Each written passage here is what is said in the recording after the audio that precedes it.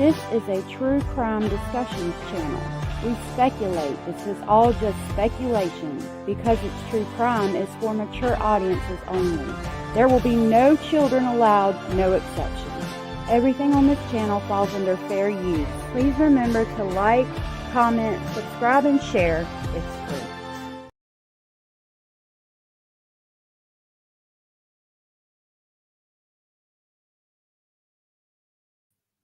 Y'all, I am sorry. I was late. I was going through my documents and I found a freaking jail call. I'm trying to download it. It'll be out today. Listen. Press 1 for English. Oprima el 2. Hold on, listen. 2:01 p.m.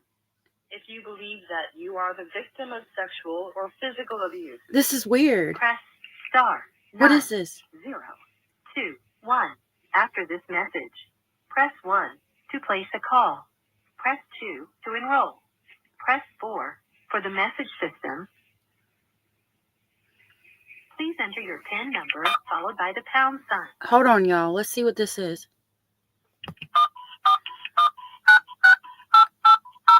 After the tone, please say United States of America. What? It's labeled jail call. United States of America. It's Stefan. You have 1 old message. To listen to your messages, please return to the main menu.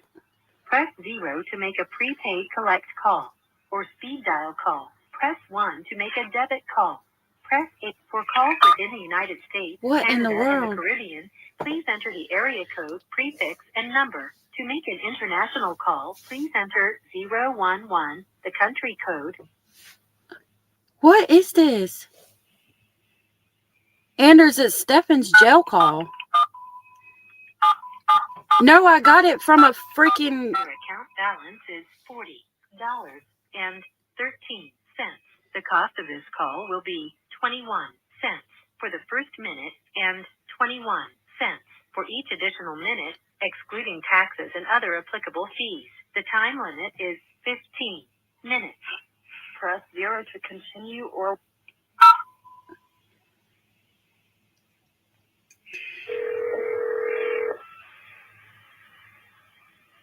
Hello, you have a call at no expense to you.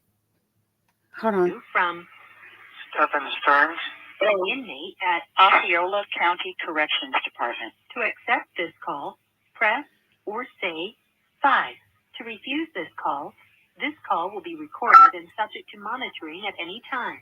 Thank you for using IC Solutions. You may begin speaking now.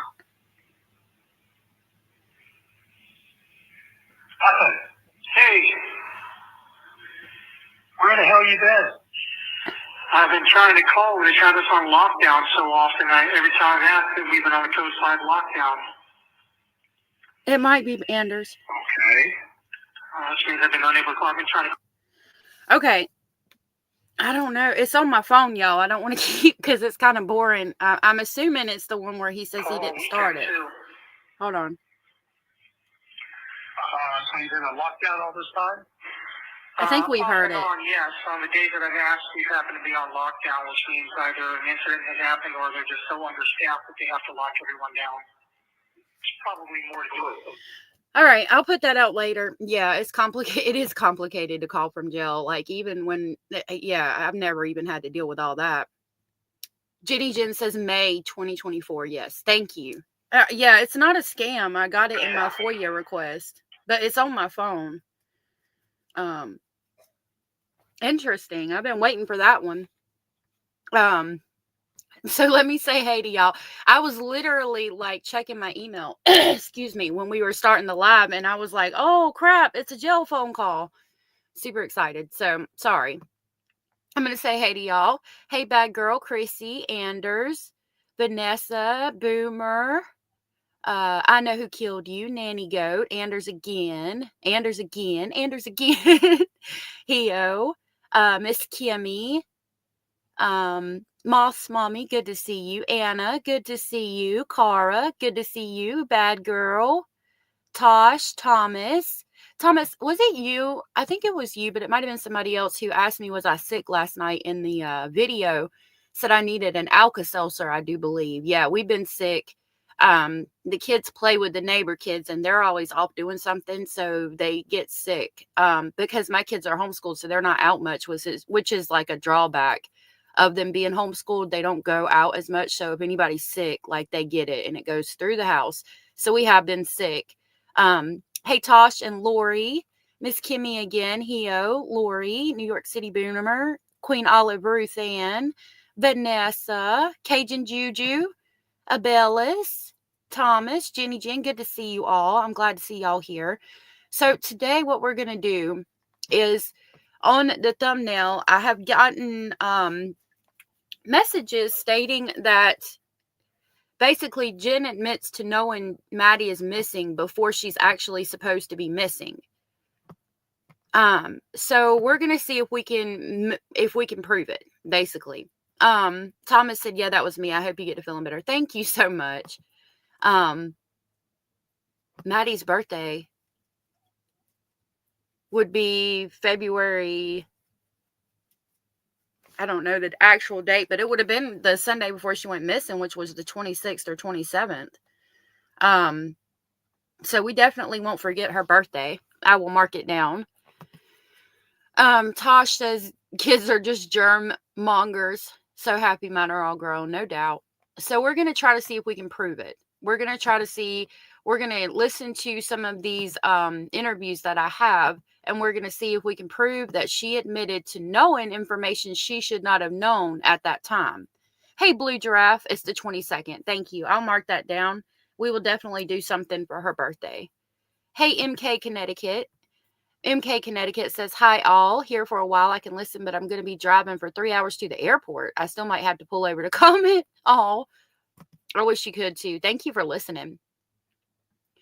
Okay, so I listened to the 911 calls. It does not give us a time when she reports Maddie missing, and I don't think this one does either. We'll listen to the first part of this one, and then we'll start with the where she recalls that day. And we're gonna do the teachers and the counselor today too, because they say some things regardless of whether they give us times. They say some interesting things, and we have not talked about that yet. And I want to see if they give us a time too. So I have my notebook and pen here, and we're going to write down times that were given. Teresa said, I'm so here for this. I'm not detail oriented, so I appreciate your analysis. Well, we're going to kind of do it together. Thank you for being here, Teresa. Hey, Sue Joy, good to see you. Vanessa, good to see you. Bad girl. Vanessa said, or Veronica, I'm sorry, I said Vanessa, I meant Veronica. Veronica said that Sunday was her birthday party, not her actual B-day. It was a Thursday before that day. Thank you. Yeah, it is her sister and mother who called 911. So we'll start with the this one. And I'm just going to play the first part to see if she gives us a time. I don't think she does. Not that one. Hold on. This one. And I know the best friend says she got a call, but I don't know. I don't know if the best friend gave us a time. So we're going to try to figure that out as well. All right, let's start here. Oh, okay. Of course. Do they speak English? Yes, Okay.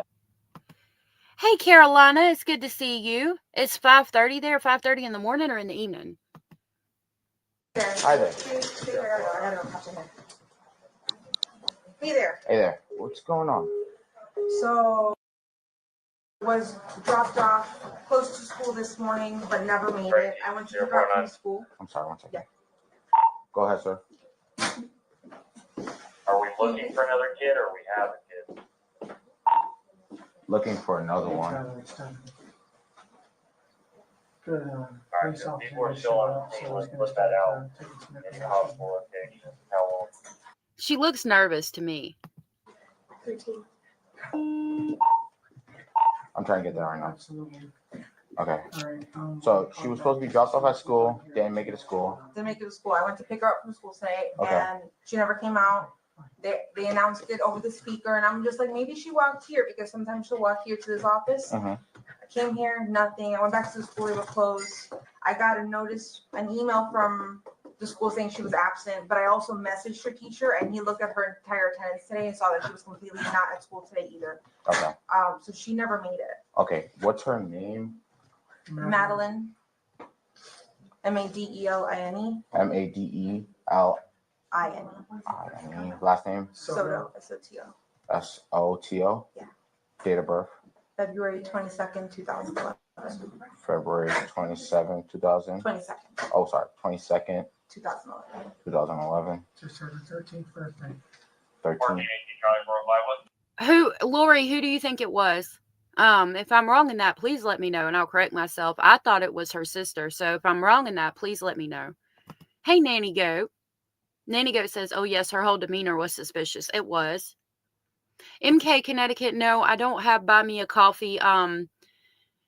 Part of the reason I started my channel was because, well, I made a promise to myself I wasn't going to do Cash App or anything like that, or Venmo or anything. If you want to support, you can do so by just subscribing and clicking the thumbs up. That helps so much. I also have memberships, but that's all I have, and that's probably all I will do. Hey, Slow Southern Style, thank you for being here.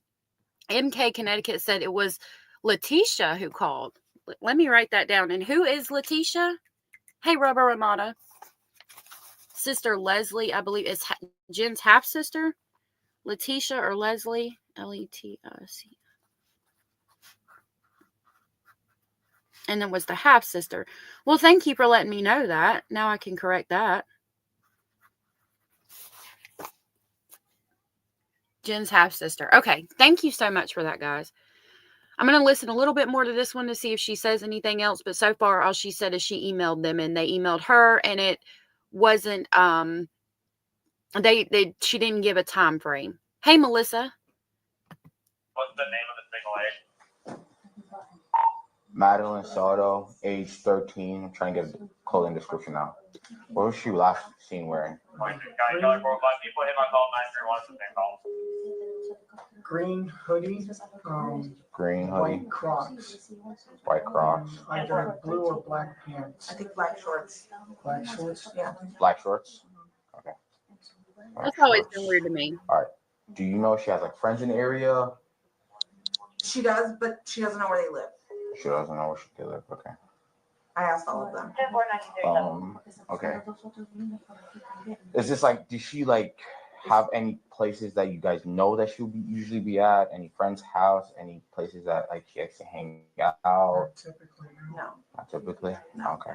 So that's about all I think we're going to get from that one. Let's jump into Jen recalls the last time. Jen recalls everything for the first time, which is because it's not Stefan. We know Stefan knows stuff, but it would be Jen. Oh my goodness, my computer's being crazy. There we go. Jennifer Soto recaps today. Madeline went missing. So let's start here. Take it back to the beginning. I'm glad you're here today too, Melissa. Thank you guys for letting me know about the correction that it was not her sister or Stephanie, the sister. Lori said the relative of Maddie's with a green cardigan half sister. Thank you. Yeah, it's weird to me that she says that Madeline was in black shorts, yet she didn't see her that morning. Sorry. Okay, so she didn't see her that morning. So why would you correct Stefan, the person who saw her, who said she's wearing jeans, and say she's in black shorts if you didn't see her that morning? I've always had a question about that. Grish said her sister and mother were texting in the background. Did he? Oh my goodness. I heard on another channel, says New York City Boomer, that it was Letitia's boyfriend who went out to look for officers because they were taking so long. Oh my goodness. Teresa said maybe it's because I'm Gen X, but I think it's suspicious Maddie doesn't know where her friends live, supposedly. Yeah. Hey, Ashley, thank you for being here. Bad Girl, thank you so much. I really appreciate that. Bad Girl said, just want to send you some support and keep fighting for those who can't fight for themselves. God bless. That is so sweet of you. Thank you. My goodness, thank you so much. Wow, you are super supportive. Thank you so much. I really appreciate that. Wow, thank you. You needed some good sleep. So was it about 11 o'clock? Yeah. I sent them upstairs and I went to bed. Okay. I'm not going to skip ahead to the part where she talks about dropping her off because I'm going to write down some of the things she says and see if we can find any other inaccuracies in what she recalls. Hey, Toxic, thank you for being here. Teresa said Maddie wore black shorts every Monday because it was physical education day. Thank you for that. So that could explain that. That explains that. I'm going to write that down. So she would have thought she was in black shorts, even though she didn't see her because it was physical education day. Thank you. And that was about 11. Yeah. And do you guys normally all sleep together? Because I know you said that she sleeps in your room with you typically, right? She sleeps with me typically. Typically when he comes into town, because he lives with his parents in Northport, Florida. Mm-hmm. When he comes to town, he'll sleep in the guest bedroom. Okay.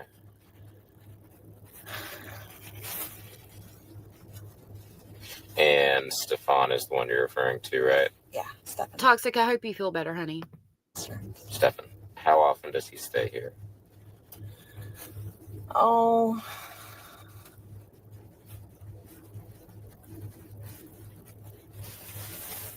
he moved away back in December, so I'm going to say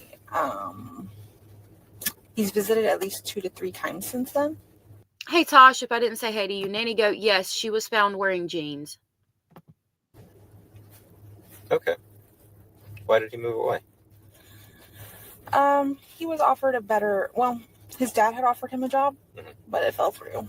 Oh. So now we're trying to get him back here. And he just visits? Yeah. When he visits, does he stay for like hours, days, weeks? I would say days. This time we had planned on him staying a whole week because I was going through training at work. So I wanted him to be here to help me with the dog, help me with the training. Okay, so this time he was planning to stay for a week. How long has he been here?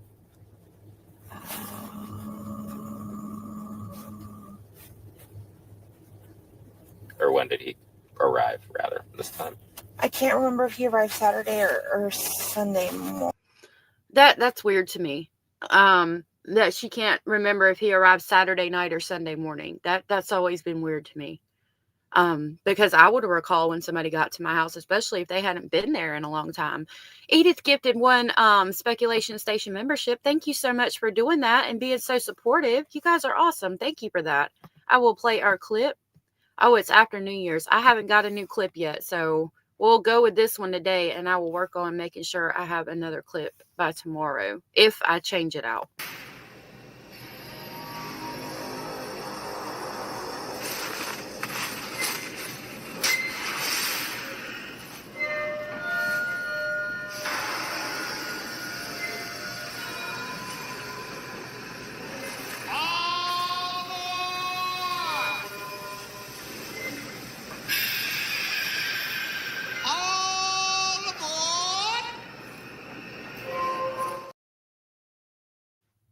Thank you so much for gifting that membership. That was super supportive of you.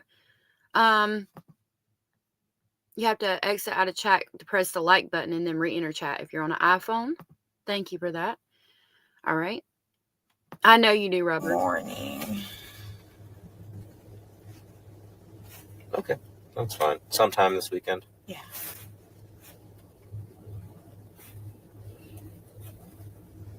So that was last night around 11. And so about what time did you hear her on Monday morning?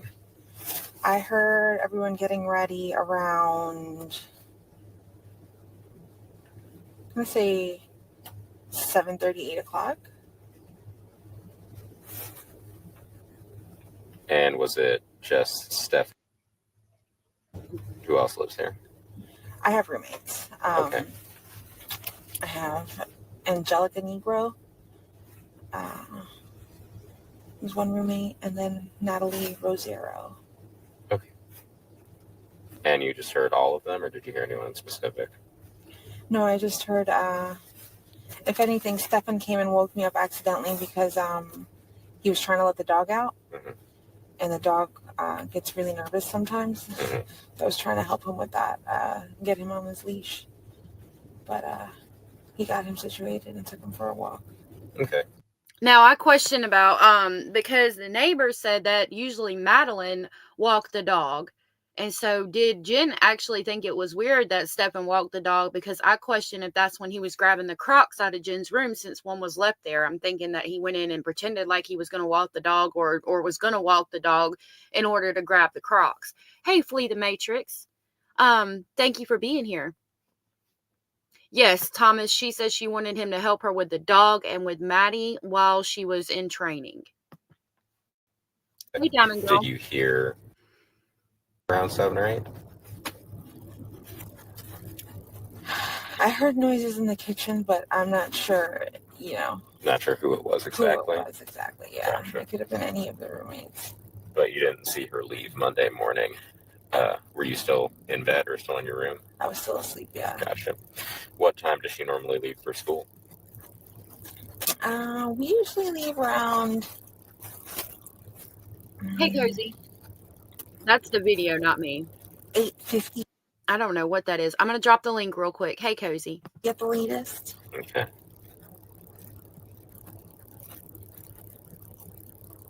What is that? What time does she have to be to school by? 9:28 is when school starts. Gotcha. And so I think you had said the previous night, you and Stefan had agreed that he was going to get and take her in the morning? Okay. And they were going to stop at McDonald's and get breakfast, but she changed her mind last minute and did not want McDonald's. Okay. Why'd you find that out? Sarah Lee, thank you for being nice. When did I find that out? This is important. When Stefan called me around 10:18 in the morning, I had stepped out to go get blood work done. Mm-hmm. And he had just let me know that he just got back home from running a few errands. And that I asked, did you guys ever just stop at McDonald's? And he said, no, she changed her mind. He tried convincing her a few times, but she did not want McDonald's anymore.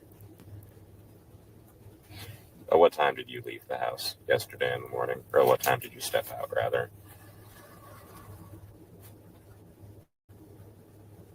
So she does say that Stephen told her about McDonald's when he got back to the house because we know that he didn't have his phone. Sarah, why do you feel that way, honey? I hope that your podcast goes good. Gail, hey, thank you for being here, and Shell as well. Jen didn't call 911 or search for Maddie. It doesn't appear she did. The dog thing never happened. By the time she said that happened, Stephen was driving with unallowed Maddie for a while, all lies. Thank you for reiterating that. Yeah.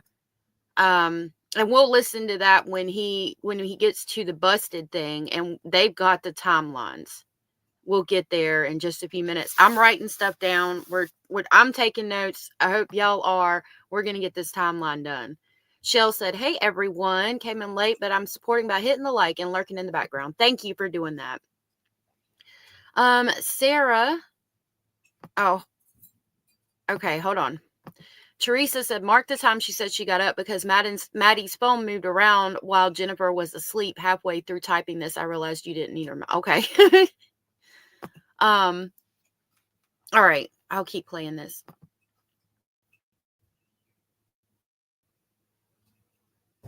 Oh, hold on. I'm going to say around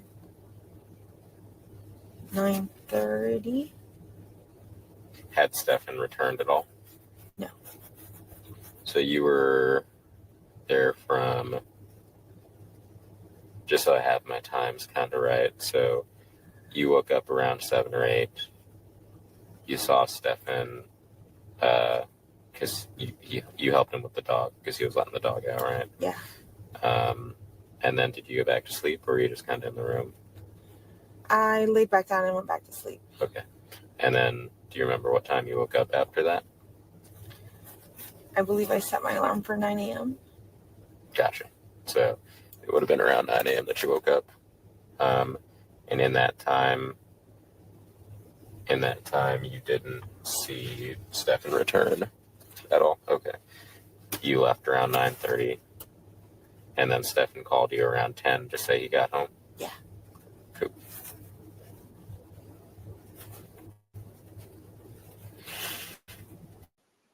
So far, she said she found out that when Stephen called at 10:18 that Maddie didn't want McDonald's.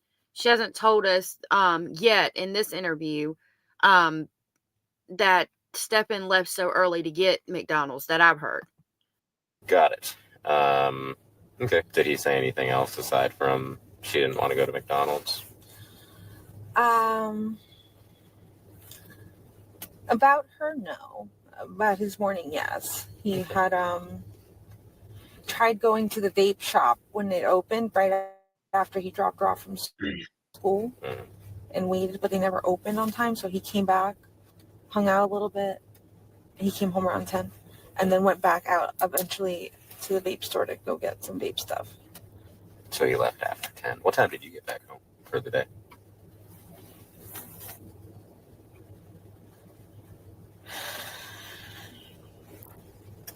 Let me check something. I'm going to check what time my blood work appointment is at.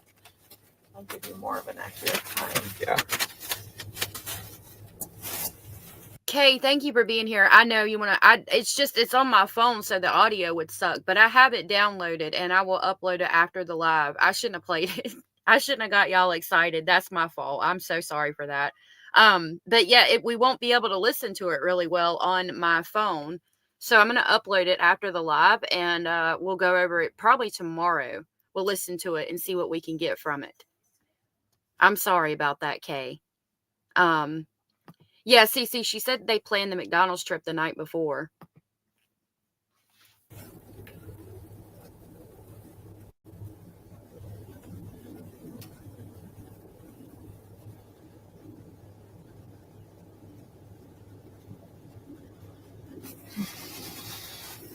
Okay, so my appointment was at I think 10:15 so. and it took them 45 minutes to see me. So I didn't get home until 11:15, 11:30.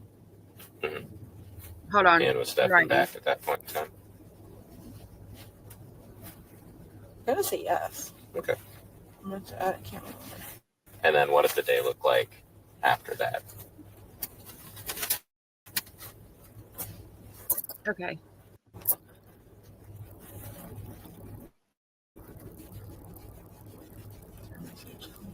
Veronica, I think it is the phone call where he says he didn't start it. I haven't listened to all of it.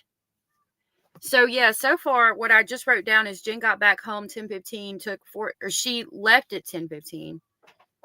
Or got at the doctor. Let me fix that. Got at doc 10:15, took them 45 minutes to see her, so that put her back home between 11:15 11:30. Stephen back, she says yes, is what I've got written down so far. That's fine.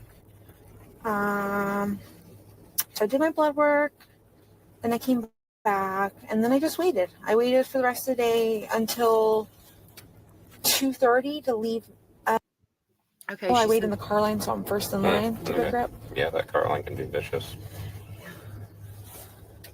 So you left approximately 2:30. Yeah. And pickups around 4, right? Yeah. Okay. Pickups at 4. Kay, I didn't know that Jen Soto was supposedly in the room, and somebody came in. Mandy, I think, came in. I wanted to say hey to you. Hey, Mandy. Now, when you got there at 4, then what happened? I waited in the car line for about 10 minutes, and she never came out. So I thought maybe I missed her. I couldn't remember if I told her I was picking her up from school that day or if she had to walk to the office. Okay. So I went to the office to see if she made it. She never did. I drove around a little bit.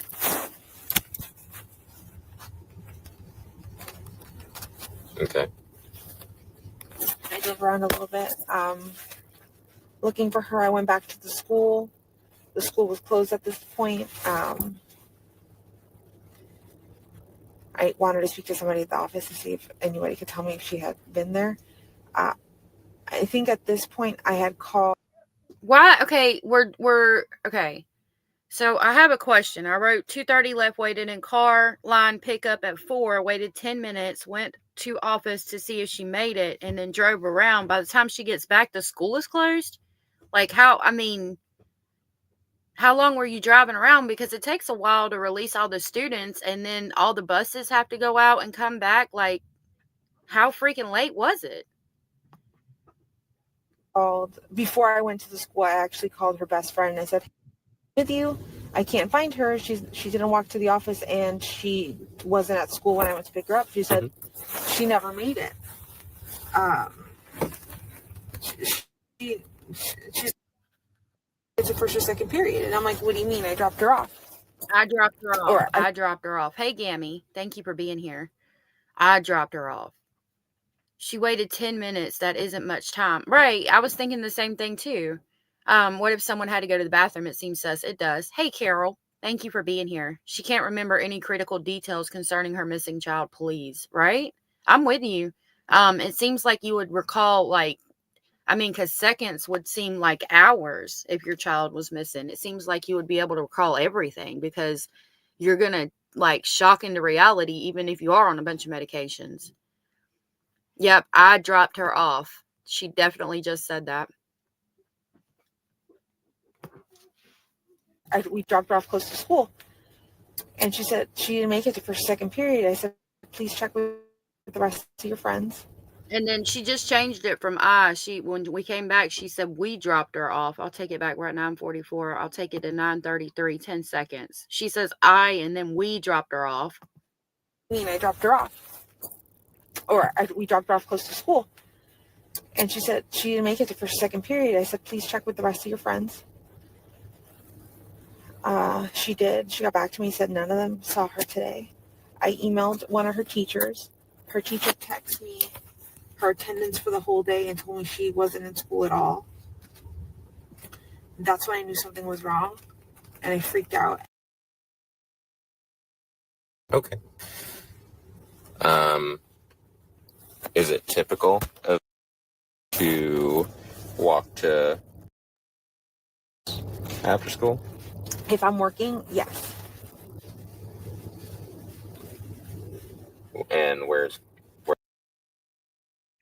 I mean, in relation to the school, like, is it a close walk, long walk? It's a very close walk. Okay.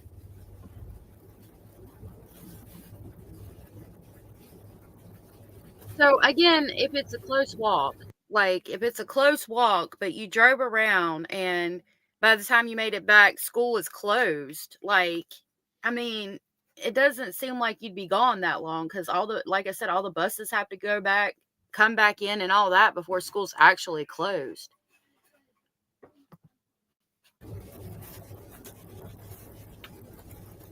So typically in the morning, if right, Diamond? Or I guess before Stefan moved, did he live with y'all?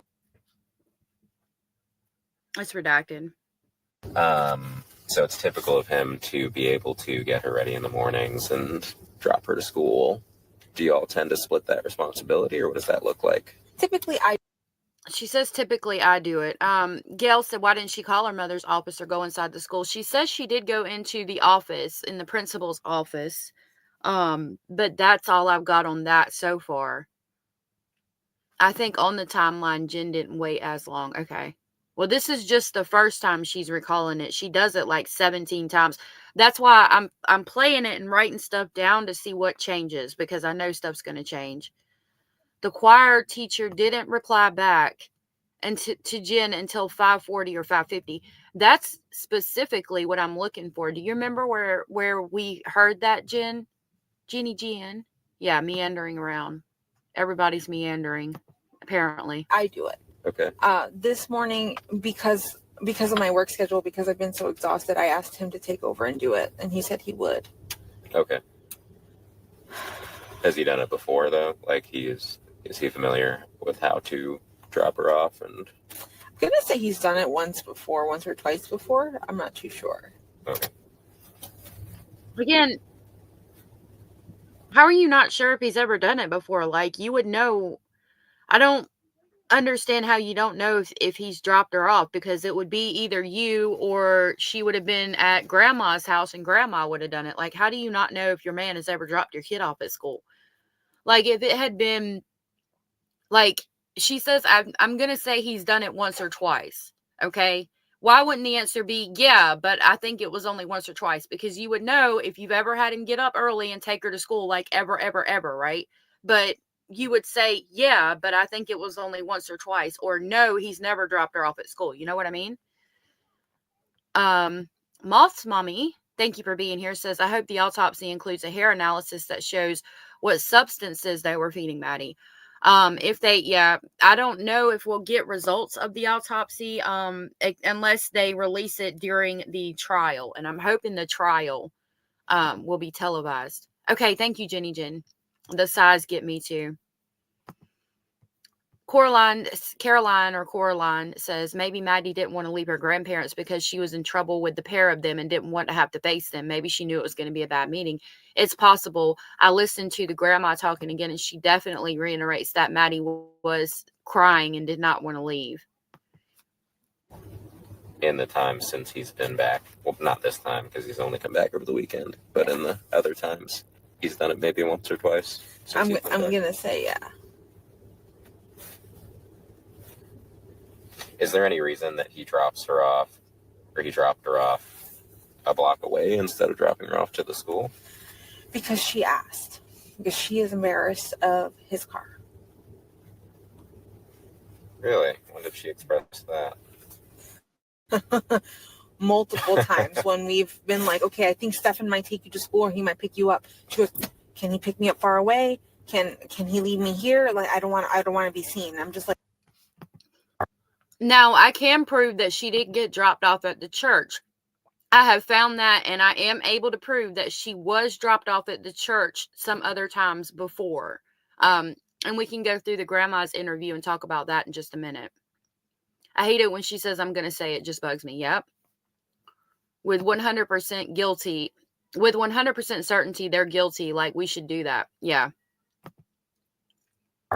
What car does he drive? I'm curious. It's that Buick. Oh, okay. But to her, that's an old car. Fancy taste. I get it. Can you remember anything about Sunday or Saturday or this weekend where she may have said that she was wanting to hang out with friends or something? Real quick, Lori said, but Maddie's friend told Jim before the teacher. So if I'm understanding you right, yeah, I think Sage told her before the teacher actually told her she wasn't there. But if it would be me, I would check with the teacher still, or the office or whatever, because, they might not have seen each other that day.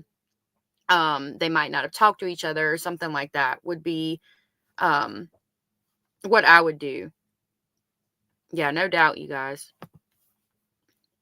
I think she was wanting to do or anything? On Sunday, she actually had a party, and she had some friends come over. Mm-hmm. So she hasn't expressed that she wanted. She actually got to spend time with friends and family. She had a great Sunday. Okay. She came back with a lot of presents. She was super happy. Okay. So no arguments at home recently or anything? No, nothing like that.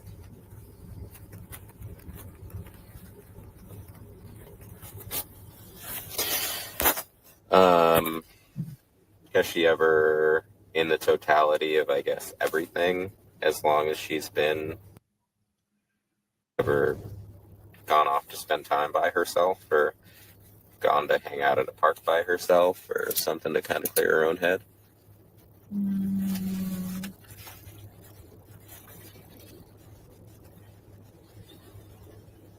So there's a lake right behind this building. Mm-hmm. She'll sometimes sit at the dock.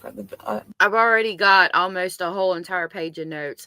I also have reiterated that the half-sister did say that Maddie left the money at her grandma's house. So I can also verify that. I know the best friend said she didn't get many gifts, but maybe the best friend didn't see like other gifts she might have gotten private from the family members. But Jen says they sat and counted her money, and the sister says she left her money at the grandparents' house, and she was the one who took Maddie home. So I can verify that she didn't bring any money home. I feel safe in doing that. By the lake, but I check on her often. Okay. Right, Blue? I'm just trying to figure out, if she, I don't know if something at school upset her, something here upset her, not that it would be anyone's fault, but if there's somewhere that she may go for, like, you know, peace of mind. Yeah, it would be the lake right behind the house. Does she do any extra? Okay, so it's in the interview with the third period teacher. So after this, we're going to jump into the interviews with the teachers. Extracurriculars? No. Thank you, Jen. Got it. Now, your roommates, I know you told me their names earlier, but can you give them to me again? I didn't write them down. Sure. Angelica. And then Negro, Nigro. Uh-huh. And then Nathalie, which is Nathlie. Rosero. Rosero. Okay. Do you have their phone numbers by chance? If they're not here.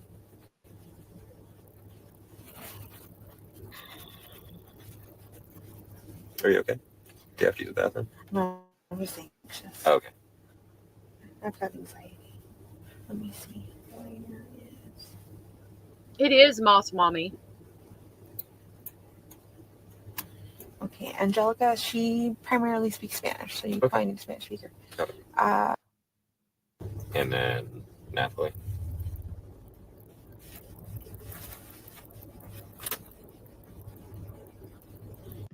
So the sister that brought her home, in the interview I actually just put out with the grandpa, the sister that brought her home that night states that she left the money at grandma's house. And that was the person who brought her home. So I'm going to believe that person over Jen, who said she counted her money. So I'm thinking I'm going to go with what the sister said, and that's how I could verify that.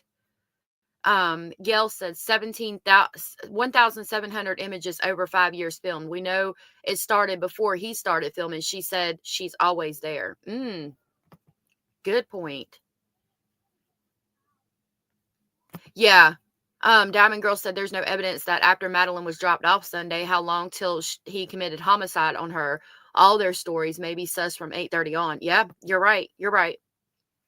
And then Lori said, Maddie's friend told her she was not at school. That's when Jen lied again, telling her friend that Jen dropped her off that morning. Yep, she sure did. She absolutely did. Got it. All right. When's the last time you got in any kind of trouble at home? I'm going to say a few weeks ago. What was that for? I don't think... If she gets a yelling, or if she gets in trouble for anything, it's for her disorganization and messiness. She leaves laundry on the floor, her room's a mess, she keeps her space very disorganized. So I kind of get on top of her. Do I remember the actual argument? No. When I went through her text messages back on February 2nd or 3rd, she had expressed to a friend that, I was crazy. I was acting... being nuts. Almost old stuff to say. Yeah, apparently I don't remember this in this conversation. I remember saying this once. This stood out to me because it reiterates that Jen was running away. Maddie was trying to run away to the woods, or thinking about running away to the woods to get away from Jen. Yeah, if she gets yelled at, I don't know what her phrase of word was, but it was weird. But it reiterated that Maddie was wanting to get away from Jen because Jen would have been the only one in the house at that time. But not in February. But she had said, if she continues to behave this way or not listen, when she turns 18, I'm not going to want to live with her. Okay. Or also I would ship her off to her dad's. Oh. But I never... Where does her dad live? Houston, Texas. Okay. Has she ever expressed wanting to go back and live with them? No. How often does she see him or talk to him at all? Talks to him once in a while. Via phone or probably? Yeah, via phone, yeah. Okay. Text message or Instagram, they'll message each other. But I talked to him last night, and she's like, just so you're aware, she hasn't said anything about making plans to come over here or see me or come visit me, so he doesn't have any information on where she might be. Okay. He's actually willing to come over here too if we need him to. Okay. But she's never. Diamond girl, that's, yeah, you're right. And yeah, teenage girls especially do get mouthy and stuff when they're, because of their hormones and stuff, and you try to give grace and all of that, and they remember that they're going through things that they don't understand and be graceful with them. But it is odd that she doesn't ever reference arguing with her that much anyway, or fighting with her that much, and we know they fought like cats and dogs. And that she had her own bipolar medication, which again is just, I'll say it till the cows come home. It's weird to me that a 12-year-old is on bipolar medication and the doctors and psychiatrists in her life never questioned possible other reasons for her acting out. Never made any plans, I guess, to go see him. No. What's her dad's name? Do you know his phone number? So I think it's this one. It's And he lives in Texas. in Houston, yeah. How long has he lived? Hey, Quita Park. Or how long?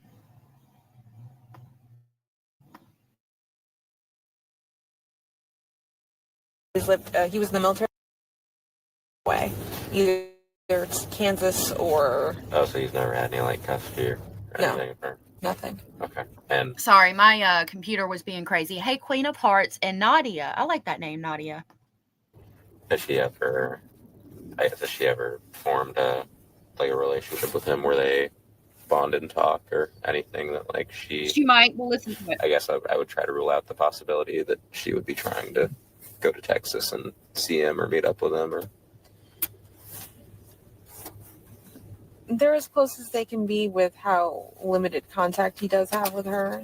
He texts her once in a blue, right? Not as consistent as I would like him to, but... Yeah, let me fix that. I apologize because I always say that and I don't mean it. She was on the Vistaril, but she was diagnosed as bipolar. She wasn't necessarily on mood stabilizers, but she was diagnosed as bipolar, and that seems really young to diagnose a child at the age of 12, unless they are like have been in and out of mental health facilities and things like that, is usually what happens with that. They usually don't want to diagnose you as bipolar until you're 17, 18, 19, even early 20s. So that's always been weird to me. Okay. I don't think she's making her move to go. Yeah. She's left her debit card here. All of her money's here. Her cell phone's here. Is it typical of her to leave her cell phone? Does she normally have it? She's got ADHD. So she just did say all her birthday buddies here, and Grandma says different. She's very forgetful. This happens often. Oh, so she frequently forgets her things? Yeah. Okay.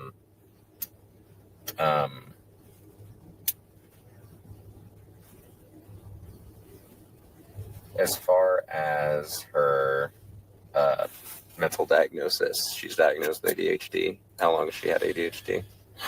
Since she was like 5, 6. They also... Natalie, thank you for being here. Natalie said, hi, I agree with MK. And I also read that Maddie's diagnosis was ADHD and anxiety only. Thank you for that. I will reiterate and try to locate where I've heard the bipolar.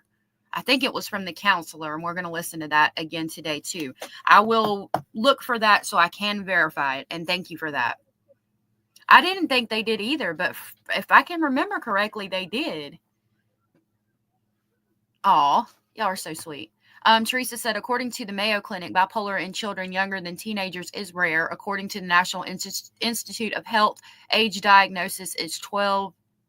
diagnosis is 12 to 24 years. So maybe it wasn't abnormal. But I do need to find that verification that she was diagnosed as bipolar. Moss Mommy said, where was Jen getting Maddie's meds from? Seems like an irresponsible doctor to me. It was not normal for a child to be given substances every night and morning. Jen is lying about the diagnosis. I don't know if she went in and was like, she's acting this way, she's acting that way. And, because if you go in and tell the doctor how your child's acting, they're going to believe you. I do believe that Madeline was acting out due to abuse. And children take medication daily for ADHD and things like that. I don't fault the doctor yet. If I need to double check, like, and I'm not ever going to know when she was diagnosed with bipolar, if she indeed was. If she was just diagnosed in the past year, I suppose it's normal from what Moss Mommy just said, age 12 to 24 years. But I would think it'd be on the lower end of 24 years. Like, I wasn't diagnosed until I was 18. It was manic depressant and anxiety. But times have changed too, so. Also diagnosed her at the same time with autism. So she's had an autism diagnosis for a few years now. I've reassessed her recently. They told me. Sorry, real quick. So what she said right now is she's diagnosed ADHD and autism. She had some autistic traits, but they weren't sure if she was autistic. So, I mean, do you ever notice her mental capacity impacting her ability to, I guess, be around other kids or function normally? I would say sometimes, because she acts... I'm not sure. Sometimes she'll make some decisions that I'm just like, where did that come from? Like, I mean, is that like, would that be a result of a mental disability, or would that be like a result of her being...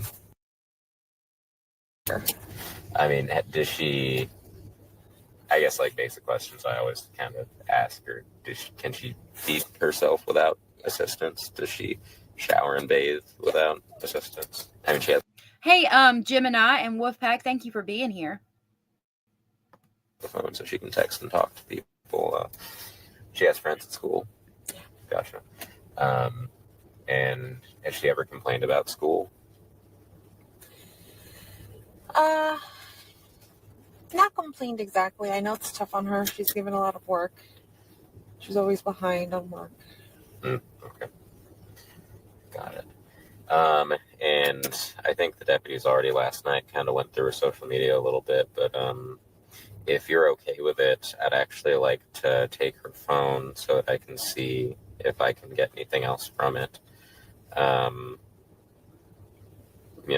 Typically I will...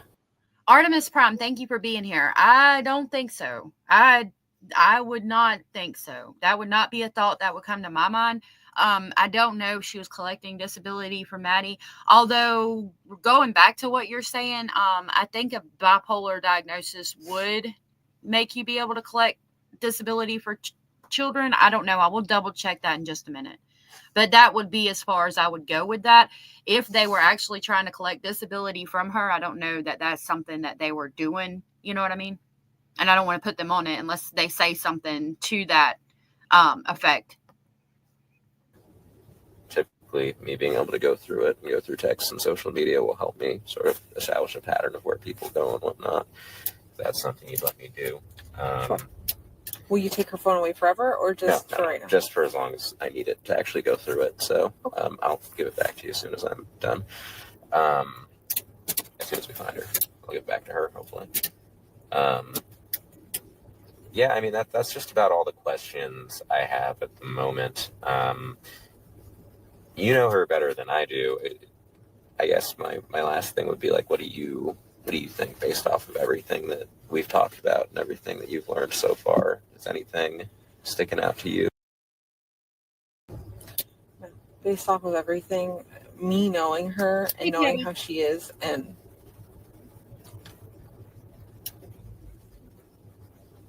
how tight-knit we are, like, I don't think she would run away. Mm-hmm.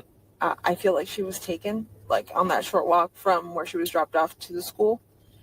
It was early in the morning. I'm not sure how many cars were around. Mm-hmm. I think she was dropped off somewhere between 8:30 and 8:45 in the morning, which is earlier than we normally take her. Mm-hmm. I'm not sure. Okay. I want to say, I think from what I understood, Orange County got footage of someone by the church in a description of what she was wearing early that morning, just hanging out. They did get a description of somebody, and I've got a video of that where they go to the church and they do catch somebody, but they find out later it wasn't her. I just wrote down taken on walk to school, dropped off between 8:30, 8:45. We're almost done with this one. I'm going to grab the date and time for this one and then start another page. We will, after this, listen to Grandma Yolanda tell that the money was at her house, and then we'll go to the teachers. Out in the parking lot, and then she got up and left. Yeah, All right, so the video, they wrote it here, but there was a video of essentially what looks like her at around 8:45, just about that time, walking into that church parking lot that's right near where she got dropped off by Stefan. And it looks like she sits there for about 15 minutes or so and then walks away. So I'm wondering if it's typical for her to wait at that parking lot too for my stepdad to pick her up from school. So it's not abnormal for her to hang out there. In that parking lot? Yeah. Okay. And in just a minute, Grandma's going to reiterate that she did get dropped off at the church from time to time. Can you think of any reason why she might have chosen yesterday morning to wait there? I mean, obviously your stepdad's not picking her up in the morning. But I wonder if she knew, like, if she had an idea she was super early, so she was just trying to kill time a little bit. But I don't know why she didn't go directly to the school. Yeah. She should have. Okay. I know when Stefan dropped her off, he said that he saw her rummaging through her phone as he drove away, like deeply looking into her backpack. Yeah. I'm assuming she was looking for her phone and realized she didn't have it with her at that time. Got it. But okay. Does she have any kind of boyfriend or significant other at school that she's ever talked about or expressed? No boyfriend. She did recently tell Stefan that she had a crush on a boy. Oh, okay. And we saw messages between them, and nothing seemed weird. But you can look through that as well. His name is I assume another middle school boy. Yeah. Okay. Got it. All right. Well, that is all the questions I have for you right now. I'm going to go ahead and end this, and I'll just get one more quick thing from you. 11:44 hours. Okay. Let me grab the date for this real quick, and we'll jump into Grandma. Sorry. Okay. So, you needed some good sleep. So was it about 11 o'clock? So he doesn't give the time. I sent them upstairs. Okay, so this is going to be the day after. So it would have been the 27th, I believe. At 11 a.m., 11 something a.m. Okay, let's do Grandma real quick. Grandma's going to confirm money was left at her house and that she did get dropped off at the church occasionally. Tuesday, February 27th, 13:11 hours, Detective Hunt for OCSO case 24-0. Okay, I'm going to start another page for Grandma. This is going to be the 27th at 1:32 p.m. And then we'll jump into the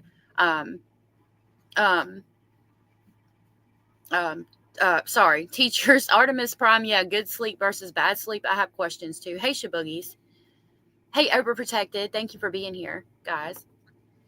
I'll drop the link again. 11313. Can you say your full name? What's your relationship?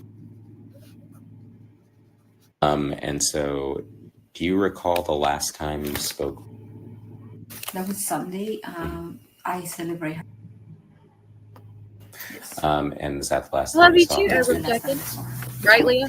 And hey, so Leah. I won't keep you too long, but it's my understanding that it's not uncommon from school to hear sometimes. She did it like a few times. Okay. Yeah. And is that normally like when she's waiting for pick her up or? Yeah. Sometimes to the office and pick her up. Mm-hmm. She walks from school to here. Okay. She did it like maybe. So she just reiterated that sometimes she does walk from school to the office. And I did catch that the office we see them giving the police interview at is her mother's office. Lori said, well, someone's lying about the money. Why did the detective not probe Jen's mother more about the money and why Maddie didn't want to go home? Those are good questions. At the time, I do believe he just thought it was normal. They didn't know that Maddie was deceased at that time, and they didn't know about what Leah said, the snuggling and all of that at this point in time. I think they were just trying to get information to possibly locate her. And it's not unusual for kids to want to stay with grandma more than parents, because parents have to be stricter. Grandma's the one that, bakes the cookies and hugs on them and things like that. So he probably didn't think it was weird at the time, if I had to guess. I don't know, 5-6 times. Okay. Oh, no, So Andrew. just a few times she's done that. So that's why Jennifer would have come here yesterday to see if she had maybe she come walked here. Yeah. Okay. Do you remember what Jennifer told you yesterday? No, she's waiting here at school, but she doesn't come out. She's not. I don't think she's here. Maybe she walked to school to the office, and I was like, okay, I'll wait here. Mm-hmm. It was 4:30, 4:35, 4:40, and she never showed up. Okay. Hey, Bella. So Hold on a minute. She just gave it to me. and we went together to school, but the office were closed. Hold on. Mm-hmm. It was only the Sorry, I missed the time. Okay. So and we went together to school, but the office were closed. Mm-hmm. Hold on. I got to take that back. She just gave a time. Let me grab that real quick and write it down. I don't think she's here. Maybe she walked to school to the office, and I was like, okay, I'll wait here. Mm-hmm. It was 4:30, 4:35, 4:40. It was 4:30, 4:45, 4:35, 4:40. So between 4:30 to 4:40, she's at mom's office. So she drove around. That would mean if she left the school at like 4:10 to drive to mom's office, she drove around for approximately 20 to 30 minutes looking for Maddie.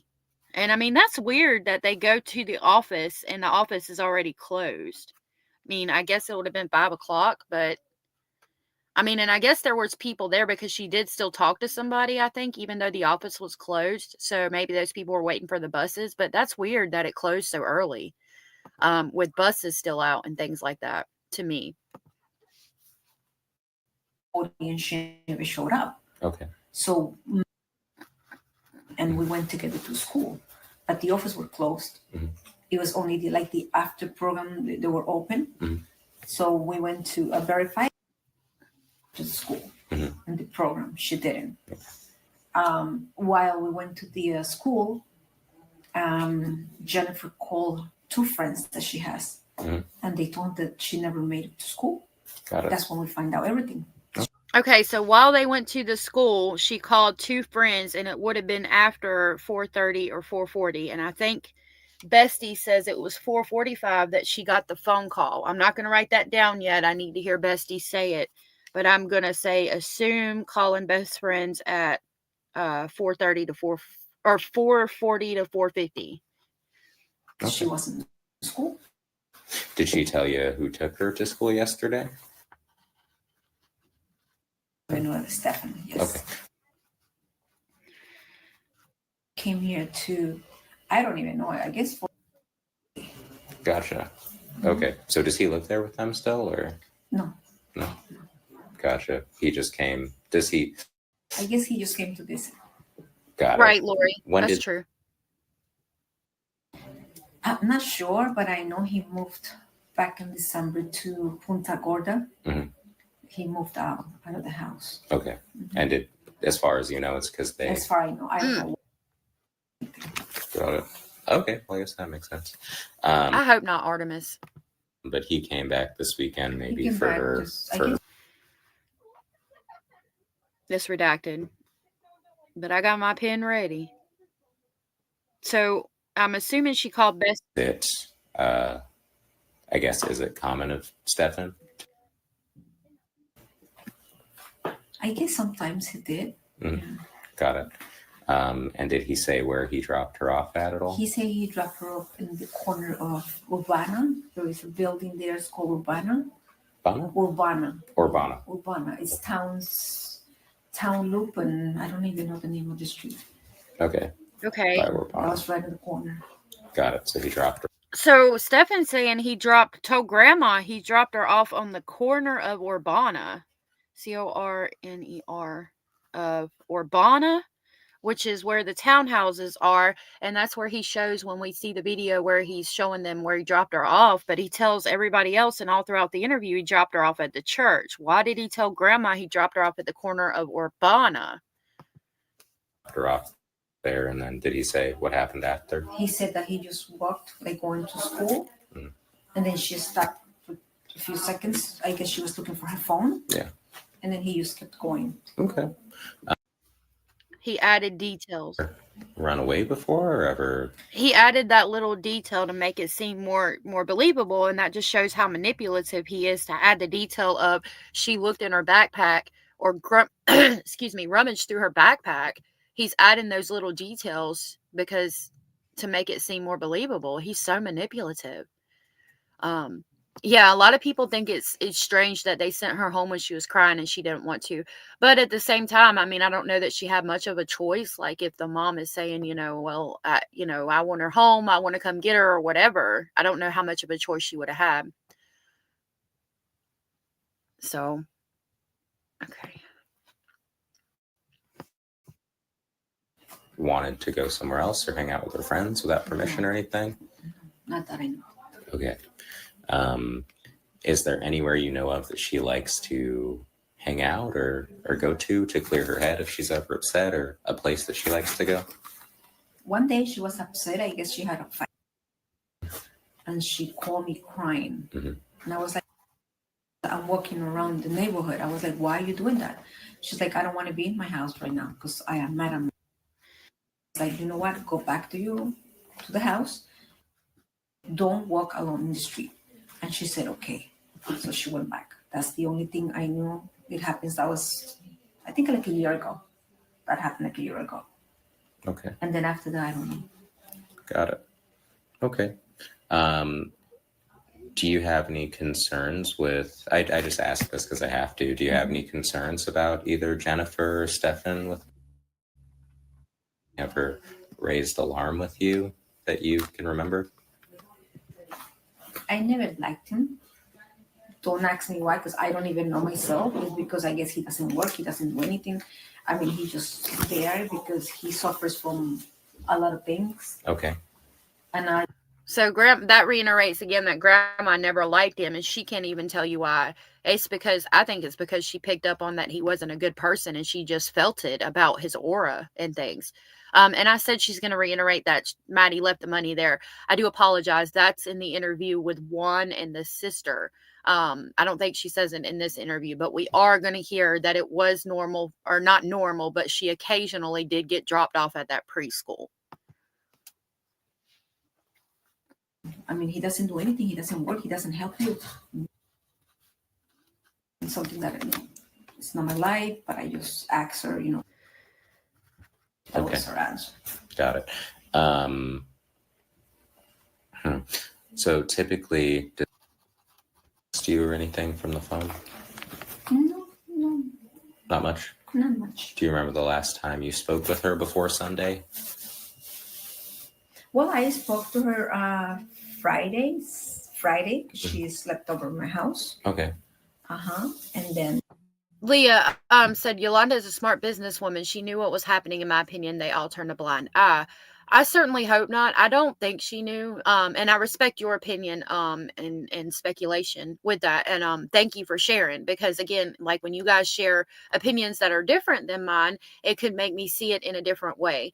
I don't think she knew. I think if she knew, honestly, I think if Yolanda knew, she would have went over there and stomped a damn mud hole in his ass. I think she would have literally laid some hands on him. And not in a good way.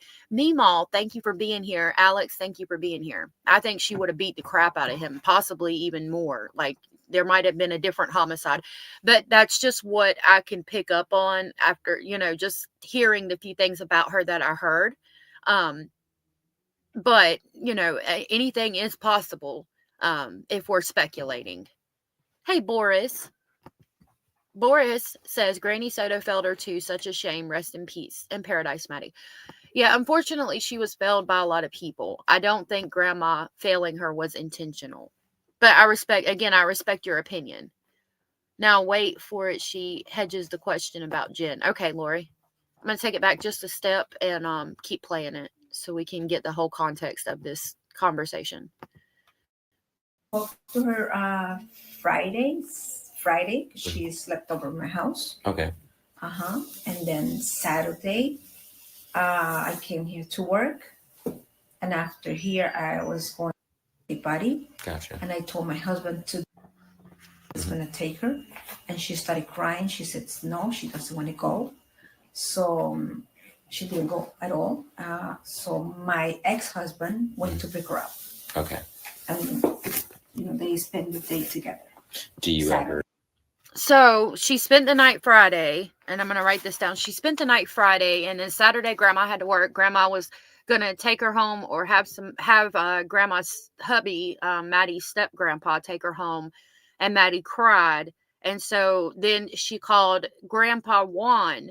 Juan picked her up and spent the whole day with her Saturday, and that's what he recalls when he mentions the Whopper.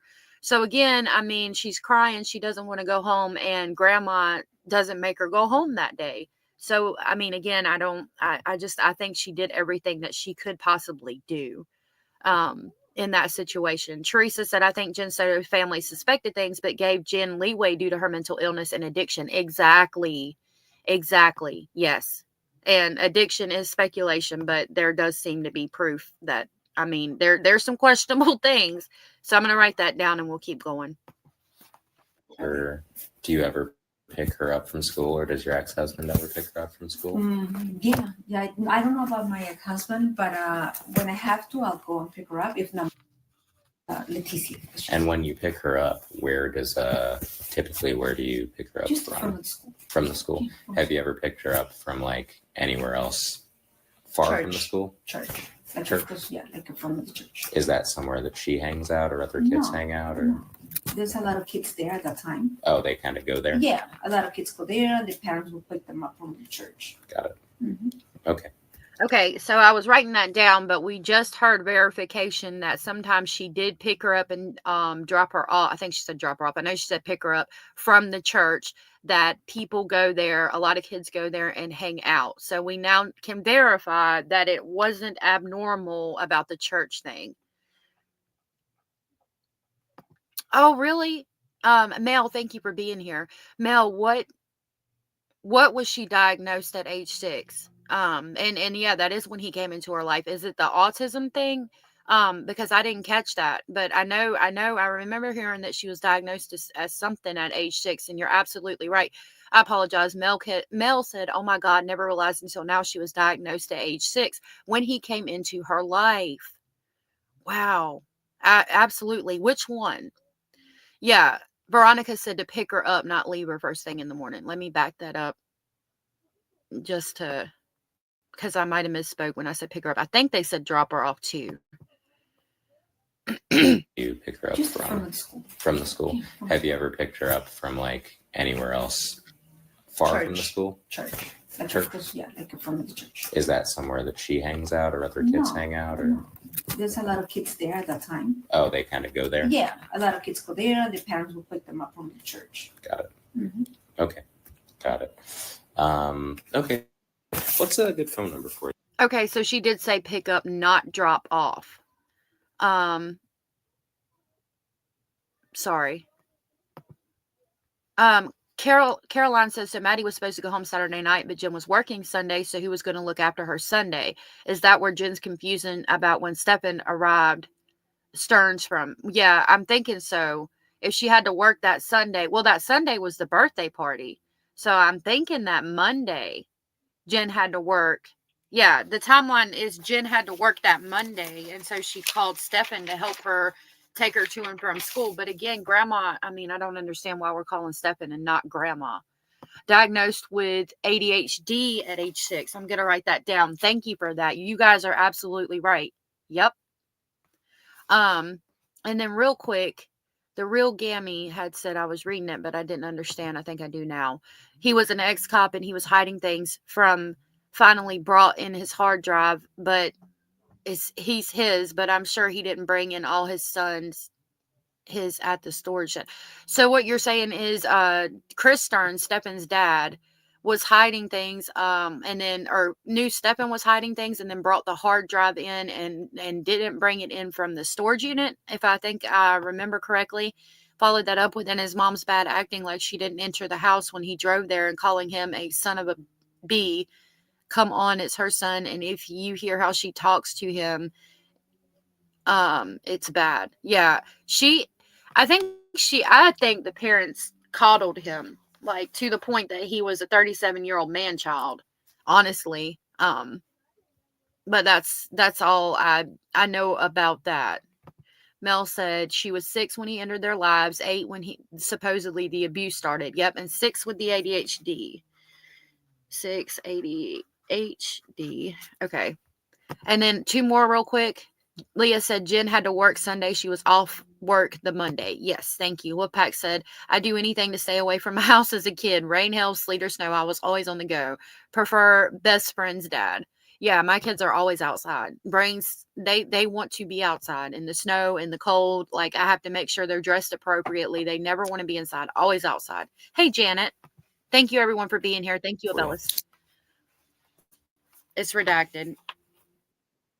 Have your ID so I can get your name down? I have it in my Oh, that's fine. How do you spell your name? YOLANDA. And your last name? Your birthday? 9/29/67. And you do have a Florida ID. I can look up with that. Okay, cool. Gotcha.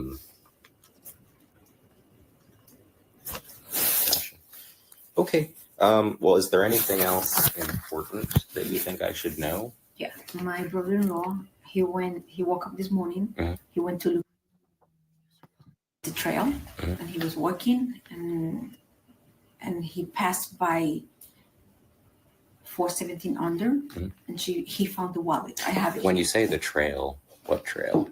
It's like in the back of the school, there is a trail. Oh, there's a trail behind the school. Behind the school. Yeah. Okay, and you found a wallet. Yeah, I'll take a look at it. And if you want to come in and take a look what he found, and he just gave it to me, and I charged money.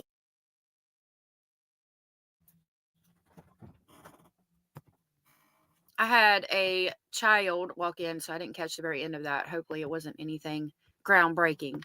Okay, so let's go into the teachers. Because I know that the third period teacher says some things per what Jen told me. Really quick, Darlene said Jen has off Monday and Tuesday, but she needed good sleep because she started a new job. She didn't have to work Monday or Tuesday, so why did she need Stephen there? Yeah, I've heard both. I've heard she had to work Monday and Tuesday, and then I've heard that she didn't have to work Monday or Tuesday. So yeah, hold on, it's going to play this. I had to do that to scroll it down. We're going to jump right into the teachers, and then we'll go back and see what else we can find. So we're going to start with the counselor. I'm going to give you a trigger warning. This one is hard to hear. This is an interview with the school counselor. Today's date. Let me throw my trigger warning up real quick. This is hard to listen to. The counselor breaks down some things that are hard to hear.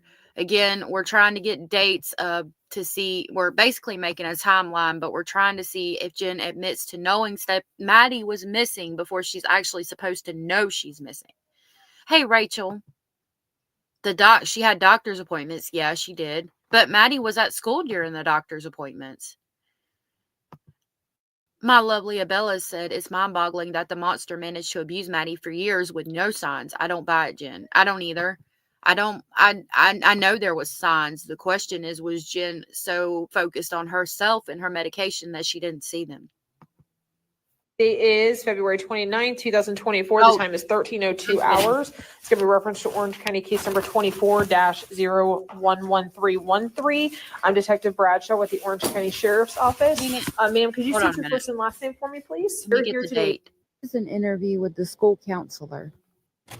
Today's date is February 29th, 2024. The time is 13:02 hours. It's going to be reference to Orange County case number 24-011313. I'm Detective Bradshaw with the Orange County Sheriff's Office. Ma'am, could you state your first and last name for me, please? We're here today to kind of talk about the situation that's involved. I have a couple of specific questions that I have to ask you. But can you tell me a little bit about, like, what you know, your relationship? And you're right. Deborah said Jen was off Monday. All she had was the appointment for the blood draw. That was probably to check her drug levels, so maybe she did skip so they wouldn't know she was abusing her meds. That is a possible speculation, and you're right. She didn't have to work Monday because she had the doctor's appointment, and she canceled the Botox appointment. So you're right. You're right. Absolutely. Yep. For all those years of abuse, more so when the age it started, there must have been signs, and yet not one person noticed a change. Yeah, there's a lot of things in this case that are so questionable. And real quick, the real Gemini, I say the real Gammy, I meant the real Gemini, said they put on a show and how he was buying those properties. And plus, Stephen had all those dirty magazines growing up. His dad was cheating with a younger girl. And I just seen it in his dad, too. He's a creep. I didn't know all that. I would love to know where you got that information from.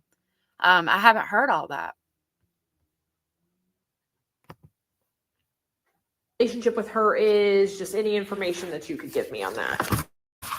So I met her at the beginning of this school year in an ESE meeting. She was being transferred over from 504, that she was under that in 6th grade with our 6th grade counselor, Miss Merritt. Okay. Transferring over at the beginning of this year to the ESE services with our ESE staffing specialist, Miss McGregor. So I was sitting in on that meeting. In that meeting, they approved that switch and she got switched over. I heard a little bit about her background in terms of having ADHD, a lot of problems with focus that affects her schoolwork and grades, and then some mental health concerns in terms of a lot of anxiety and panic attacks. So from there... Okay, so the counselor says ADHD, and then a lot of mental health concerns as far as panic attacks and anxiety. So the counselor would have known if she was diagnosed as bipolar. So I would say now I'm going to correct that and say that since the counselor is just referencing ADHD, panic attacks, and anxiety, I'm going to say that maybe she wasn't diagnosed as bipolar. Because again, you would tell, like, the counselor would have all that information, and if she was, she would have mentioned it. So yeah, okay. So we got that. I have been doing ongoing check-ins with her throughout the school year thus far. I think we've met about, I was looking at it earlier, 6 times. Okay, since the beginning of the school year? Correct. Got it, okay. When she has come to me, it's often been those feelings of panic. She's come to me like in the middle of class or during lunchtime, just feeling really panicked, kind of heavy breathing, feeling really overwhelmed. And when we've had our conversations about, well, what's going on, what's making you feel this way, I've gotten responses saying, well, it's my anxiety. Sometimes I don't know. I'm just really overstimulated with all the noise in the cafeteria. But I've also gotten responses with, well, things at home with her. And when I pressed about, it's really sad to hear that she was having so many, like, panicked, anxiety, heavy breathing is what I wrote down, and just couldn't tell because she was holding such a deep secret, and she knew, for whatever reason, she knew, or somebody threatened her not to tell, and so she can't even tell her counselor what's going on and why she's having these feelings. The most she can say is fighting with Jen. It's just really sad. Really sad. about that, it seemed to be things along the lines of, well, she gets upset that I'm forgetful or that I don't clean my room the way she wants me to. And we talked about what that does to affect her. And she says, yelling, that makes me get overstimulated and then I can't respond to her in a way that she wants me to. So we discussed strategies for kind of calming herself down and talking. She's calm about how that makes her feel. And she reported to me that she did have that conversation for our past check-ins since December. So December, January, February, we had a check-in every single month, and each of those check-ins she had said to me, things are better at home and things are a little bit better at school, and I haven't had her come. So December, January, February, ironically, when Stephen is gone, she's having check-ins and she's doing way better. And it's really, I mean, and people saw that. And they couldn't say much. Hey, people saw that, and Jen, I know Jen saw it. Like everybody else saw it. I know Jen saw it too. And she didn't make the correlation that maybe Stefan is what's upsetting her if she's doing so much better from December, January, and February. Wiley B said, note to some, truth is Botox is used to treat migraines. Absolutely. I don't know if Jen had this medical issue, but I, for one, am open-minded. Please be considerate of others, especially with mental illness. Absolutely. Absolutely. Yeah, Botox is used for migraines, and she might have been getting Botox for that. Actually, by looking at her, I would think that's what the Botox was for, because she doesn't look like she's had work done or something like that. So, Anna says Botox is used for overactive bladder as well. I did not know that. I knew it was used for migraines, and yeah, the Botox is used for migraines, so that could have been what the appointment was about. Come to me in months with any sort of panic or anxiety.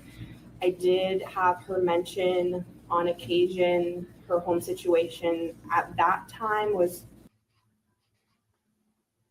It's redacted. When I asked her about that, the only thing she really said was, I don't really like him. He's kind of weird. So I said, okay, well, what does that mean? How is he weird? Why don't you like him? And her responses were nothing of that level of concern. It was always, well, he eats all of our food and he hangs out in the living room and it makes me uncomfortable because I don't really like him. So I don't want him to be there. But nothing ever. So she's saying he eats all our food. He makes me uncomfortable because he sits in the living room on the couch, and we saw that little couch in the picture of her bedroom. I can work on pulling it up. If you guys need to see it, let me know. But if you've seen Maddie's little quote unquote nook, it had the partition with the holes in it where you could see straight through it, and there's a couch right there beside it. And I'm assuming that was the living room and that was the couch that he would sit on, and it made her really uncomfortable. She's telling people she doesn't like him. He eats all her food. He's just weird. So, I mean, did you not tell? I'm sure she told Jen this. And I question why she keeps bringing him back. To the level of concern that we're seeing now. Mm-hmm. And the last thing I heard about him was he's moving out. I'm happy about that. And that's helping me feel better with home. When was that conversation? She's moving out. I feel better. I'm happy. That he was moving out.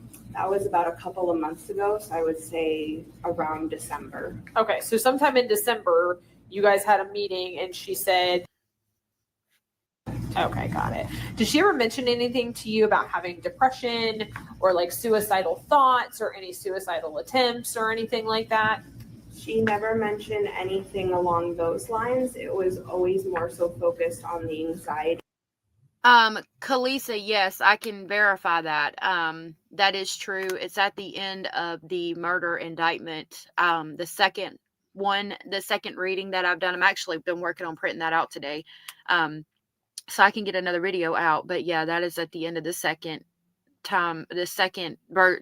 chapter of reading the indictment, and it's really sad. It's so sad.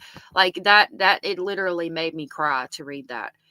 Miss Holmes became a member. Thank you so much for doing that. You're super sweet and supportive. I really appreciate that support from you. I'm going to play the new members clip for you.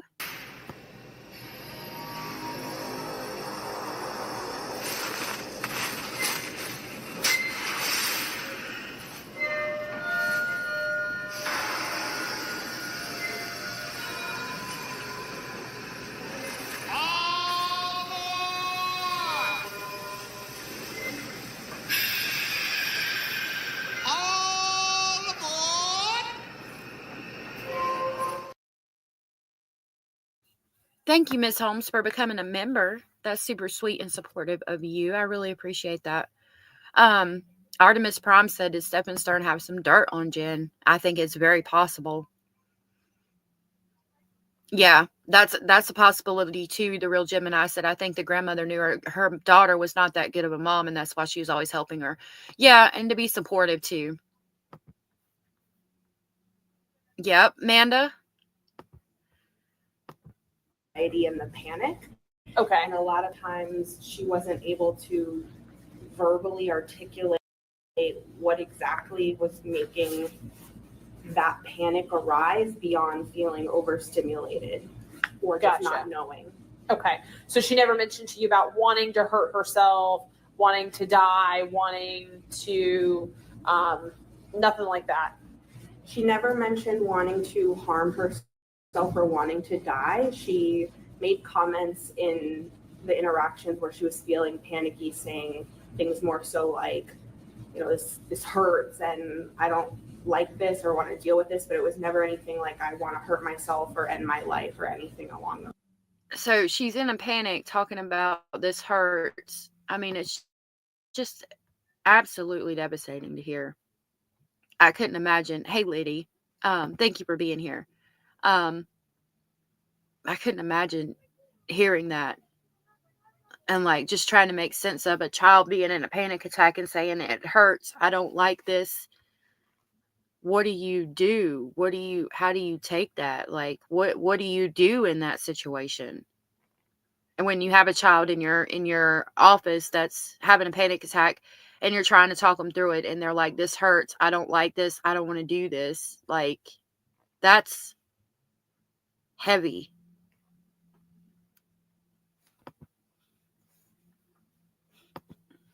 Those lines. Gotcha. Okay. And she didn't disclose that she was taking medication for anything other than just the anxiety or for the ADHD and the anxiety.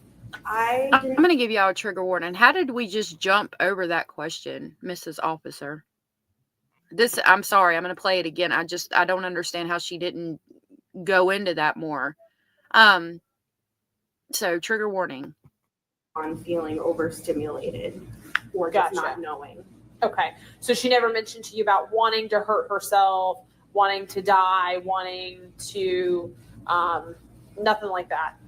She never mentioned wanting to harm herself or wanting to die. She made comments in the interactions where she was feeling panicky, saying things more so like you know, this hurts and I don't like this or want to deal with this, but it was never anything like I want to hurt myself or end my life or anything along those lines. Gotcha. Okay. And she didn't disclose that she was taking medication for anything. She just jumps over that. Like, I don't understand how we just jumped over that. But okay, we're talking about medication now. Just the anxiety or for the ADHD and the anxiety. I didn't talk to her specifically about medication, and I can't recall what was said. It would be in the ESC meeting notes if it was discussed that she was or wasn't on medication. And she has an IEP, you said, correct? So she switched from the 504 to the IEP. Yes. Gotcha. Cool. Okay. Did she mention anything? Just didn't like him because he ate their food and he was in their living room. Like, did she say anything else to you? Disclose anything to you? She did not. She didn't talk about. Sorry, I had to grab my candy. Makes me sad. It did sound like asked her about those comments of him being weird and uncomfortable. The only thing it did sound like a PTSD flashback. She gave me were, well, I don't know, he's just a little weird. He eats our food and he's always hanging out in the living room and I don't really want to be around him and nothing. And the way she said it was so like joking in terms of like, I don't know, he's weird type situation, like laughing about it. It never made me feel like there was a safety concern. Okay, so she didn't disclose anything about him ever touching her inappropriately or them having any sort of a sexual relationship or them having any sort of an inappropriate relationship whatsoever. None of that was ever disclosed or anything along brought up to you. Okay. Let me check and see. There's, like I said, there's some other questions that I have to ask, and I just want to make sure that I touched on them. Hey, Thomas. Hey, Thomas from Ireland. Thank you for being here. I wish I could share. You know them candy cane, they're candy cane Hershey Kisses, and they're like my favorite candy ever. And they only have them this time of year. So I'm like addicted to them. Okay. Did you ever see, I know we talked about like the anxiety and the panic attacks, and you said she never, mentioned anything about being depressed or being suicidal or anything. Did you ever see her exhibit any of those behaviors like that she Boomer said laughter can mask other emotions, and I think that's exactly what was going on. Hi, Chris Smith. Thank you for being here. Chris said, did the counselor ever ask the hard question if she was being emotionally, physically, and or sexually abused? I don't think so. It's weird to me that when Maddie was having a panic attack and stated, this hurts, I don't like it, I don't want to deal with this, the counselor didn't go in on it more. I could understand the comment about Stephen. She didn't like him because he ate all the food and sat on the couch, because she stated she was laughing and joking about it. So I could take that as if she didn't know, just the child not liking the mom's boyfriend. But that comment about her having a panic attack and then being like, I don't like this, it hurts, I don't want to deal with this, I would have had to go more in on that and try to get her to talk about it more, I think. I mean, I presume, I'm not a counselor, but I would presume I would. I know who killed you said, but didn't Maddie and Stefan constantly text each other? Thought she told her friend that she loved Stefan. I'm confused. Yeah, her and Stefan did constantly text each other, and she did tell her friend that she was really close with Stefan. The friend said she was very close with Stefan, and they would text and talk constantly, like all the time. She is depressed, or that she, like, did you notice anything about her that was out of the ordinary other than the things we've already talked about? It seemed more so to be very up and down. Okay. Like she would have those heightened moments of the panic and the crying, and just kind of, she would go from that to just like shutting down after the panic. And then if you talked her through it a little bit, like there's one specific instance in my statement that she could not say what was making her feel that way. And so I asked her to draw it out, and she was able to do that. Okay. And then she kind of put on there just like a lot of scribbles, which to her, she said that meant just like the chaos of all the feelings and thoughts that she's having that make her feel overwhelmed. And then words she wrote. So things along the lines of like, why, or crying and things like that. And after that happened, I reached out that she wasn't at school for a couple days. So I was like, concerned of, okay, we went from this to now being out, what is happening? I reached out, and at that point he's been struggling lately, a lot of tears and feelings, but that she was seeing a weekly therapist. Okay. So she supposedly had someone that she was seeing weekly about all of this. Okay. So she goes to the counselor's office and she draws her feelings, and it's a bunch of scribbles, and she writes why, crying, and then counselor reaches out to Jen and tells her about it. Jen holds Maddie back from school. She says a couple of days for whatever reason. I thought it was a week. And then the counselor checks back in because it's suspicious that she's kept out for a couple of days. And Jen tells her everything's good and that she's seeing a weekly counselor. I feel like Jen might have found out at that point that something was going on, because she went home and she talked to Jen. Jen talked to her about that situation and what happened. Like, what was so important that you felt you needed to keep her out of school? Okay, well, what like me as a parent, if my kids were in school, I had that situation going on, and then I asked my child about it. If she's like, oh, I was just having a panic attack and just writing down my feelings and I really didn't know anything, I'm going to send her to school the next day. So evidently that would not be what happened. I'm assuming, or allegedly speculating, that Madeline broke down crying and told her mom some information that made her mom say, oh my goodness, we'll keep you out of school for a couple of days so we can deal with this. Maybe we can get you into the counselor and you can see them. I think you need to stay home for a couple of days just to get yourself back on track. And, after dealing with all of these emotions, I'm wondering what was said at that moment.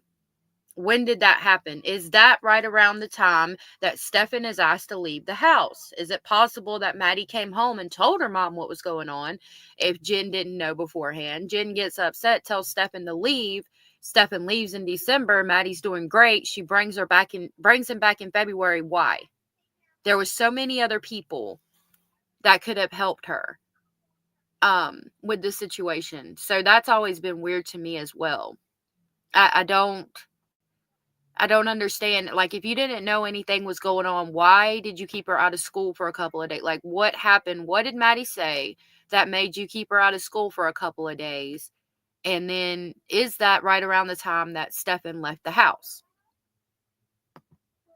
and also stated at that point she hadn't been at school because she was sick and she was going to take her to the doctor that day. And she mentioned seeing the drawing that from our conversation, and I, encouraged. So she's claiming she's sick, but I think the best friend said that Maddie barely ever missed school, even if she was sick. Her to share that with mom, so she did, and she said that she appreciated that and that helped her in that day, which at the end of that conversation with her, she was able to calm down and feel better.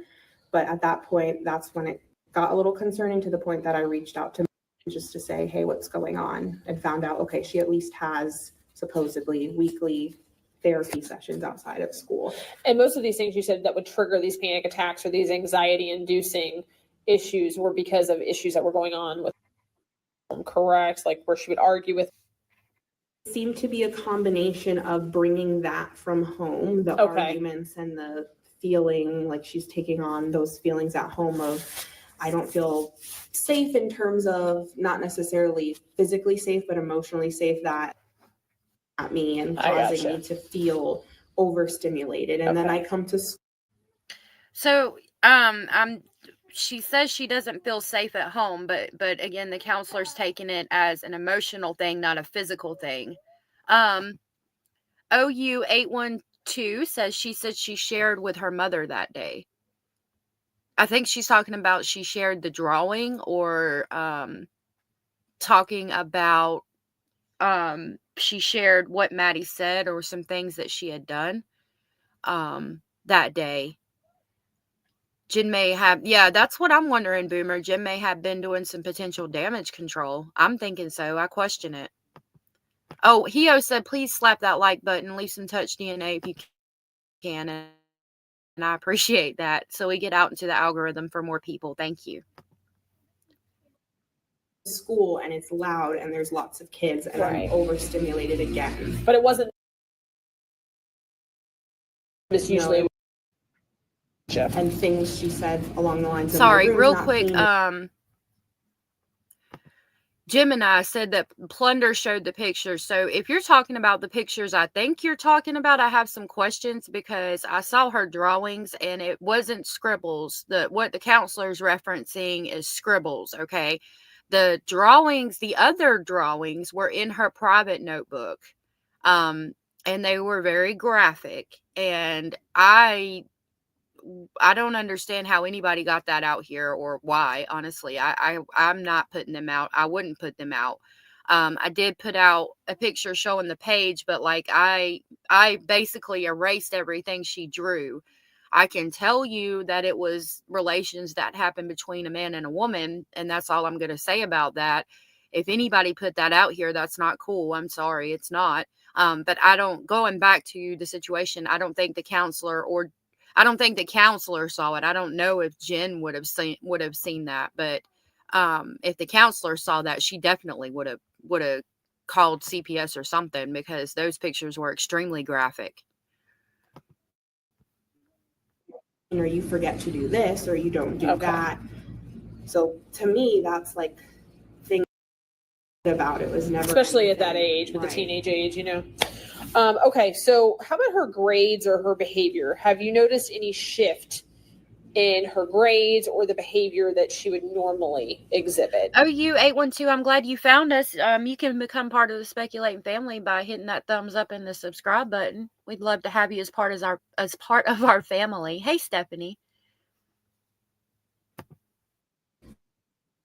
Grades have seemed stable. We've been working on, in our check-ins, kind of coming up with strategies because of her ADHD and in terms of getting her missing work in to bring up the grades. And she seemed to be making improvements with that since around December, when she started reporting things are better at home, at So school. she's again improving in school. Her grades are better. She's happier all the way around. And Jen didn't make a correlation that it could be because Stefan wasn't there during that time. Corrine, thank you for being here, said, poor Maddie, this went on for so long. It did. It did.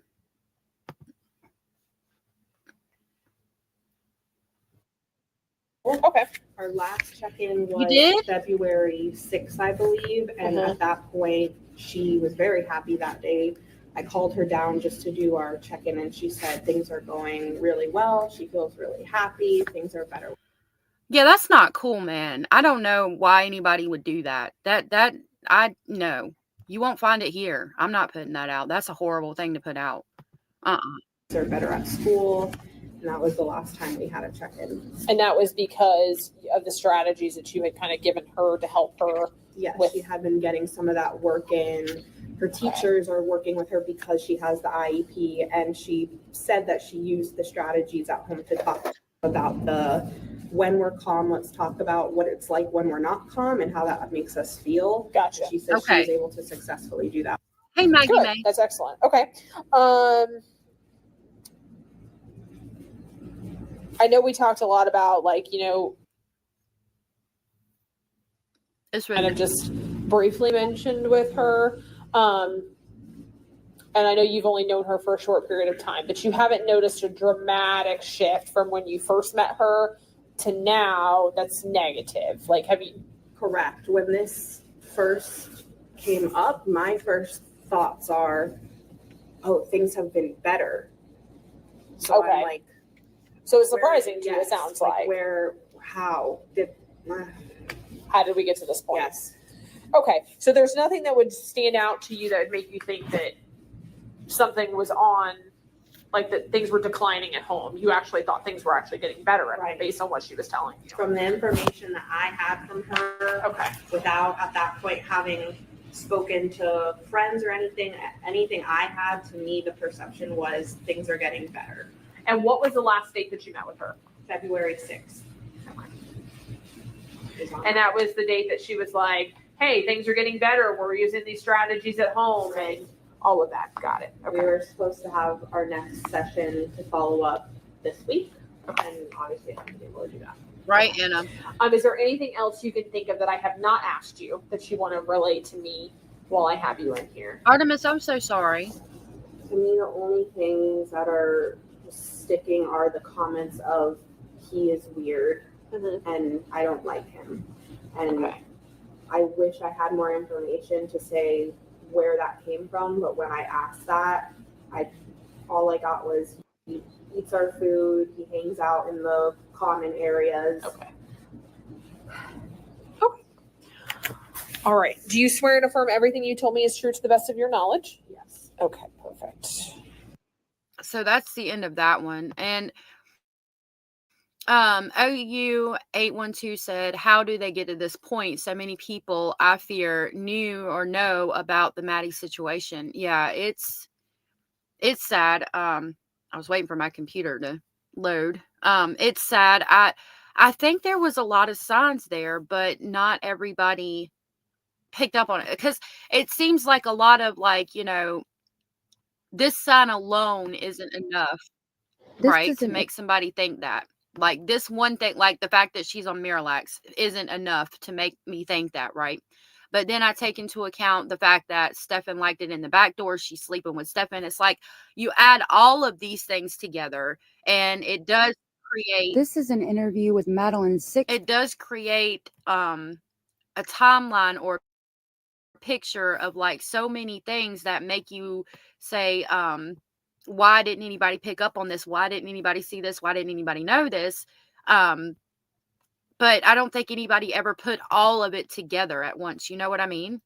So that's my thought on that. Like, people saw one sign here and there, but they didn't have all the pieces of the puzzle to put it all together and figure out exactly what was going on, unfortunately. If everybody, the only person that had all the pieces to the puzzle was Jen, and that's why her whole thing is so infuriating. My playlist won't scroll down. It's being bipolar right now. In this video, the K9 Oh my agent goodness. is gonna Hold on, request y'all. another. Oh my God. Lordy, have mercy. Please, can we scroll down? Stupid playlist. Oh my God.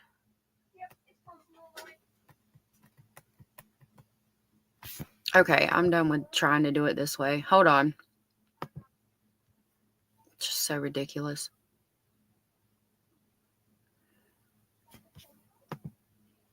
I got full internet. Like, I don't know why it's being slow.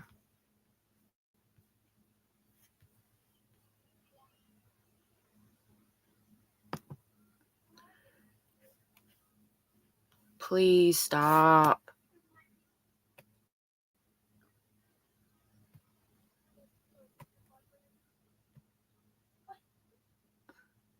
Sorry, y'all.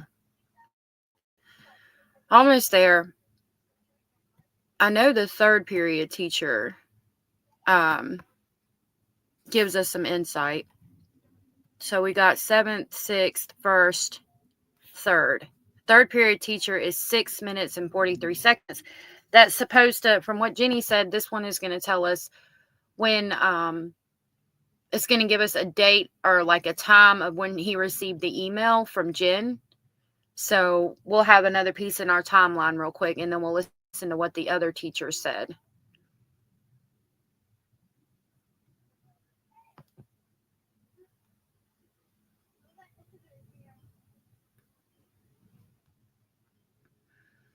Hold on just a minute. All right. There we go. Goodness gracious, I apologize. Hey, Linda. Thank you for being here. Right, Anders. I don't think most people would, but you take into consideration how he liked it and all of the other things. Like, why? The time is 15:20 hours. It's reference to Orange County case number 24-011313. I'm Detective Bradshaw with the Orange County Sheriff's Office. Right, let me get the time. This is an interview with Madeline's third period teacher. Today's date is February 29, 2024. The time is 15:20 hours. It's reference to Orange County case number 24-011313. I'm Detective Bradshaw with the Orange County Right, Sheriff's Anders. I wouldn't either, but then I take into account that Stefan's sleeping in the same bed. Maddie's acting out. She's got all these issues going on, and they're wanting to go upstairs because, like Jen stated that it started because they wanted to go upstairs and eat snacks and watch a movie like alone without Jen. Like, all of these things put together makes me think that somebody should have picked up on it or something. Okay, Miss Holmes said, allegedly speculating Plunder did not put those pics out. Whoever said that will hurt her very badly. No. I don't think, I think it was a misunderstanding. I think she meant pictures. The person fixed it and said that she meant pictures of Maddie when she was older. So I do want to reiterate that Plunder, but I was like, I wouldn't think that Plunder would put that out anyway. She doesn't seem like the type of person to put stuff out like that. But I do want to reiterate, please don't think Plunder did that. I think the reference was Maddie dressed up like she looks older, like she's trying to be an older child. Not that she put out the pictures Maddie drew in her notebook. Maggie May, thank you so much for the super sticker. That was super sweet and supportive of you. Maggie said, send in love for all our stories and justice for Maddie. Yes, and I'm sorry for all of you who have ever experienced anything like this or any kind of anxiety, PTSD, all of the things in your life. I'm sending you lots of love, hope, and prayers. And I'm sorry that you ever even had to deal with that. I wish that nobody had to deal with things like that. All right, so this is the third period teacher. Office. Sir, can you state your first name for me, please? My name is Vitalo. Okay, so I just had a couple of questions for you in reference to assume that she was one of your students. Would that be correct? She was, yes. Okay, what period did you have her in? I had her initially in 6th period for the start of the year. And Okay. then she requested to be moved to 3rd period because she was having some issues of like not being able to keep up, or rather she was keeping up, but it was too many behavioral issues around her. So she was getting tired. She requested to move to 3rd. So Boomer said that they are the ones who saw pictures put out about what was drawn in Maddie's notebook, and they got disgusted with that creator, and they said it was not a female creator. Thank you for that. Yeah, that's disgusting. Whoever put that out needs to be deplatformed or something, because that's not acceptable. Not behavioral issues like specifically with her, but with other kids that were in your class that she didn't like. Correct, yeah. I got it. Okay.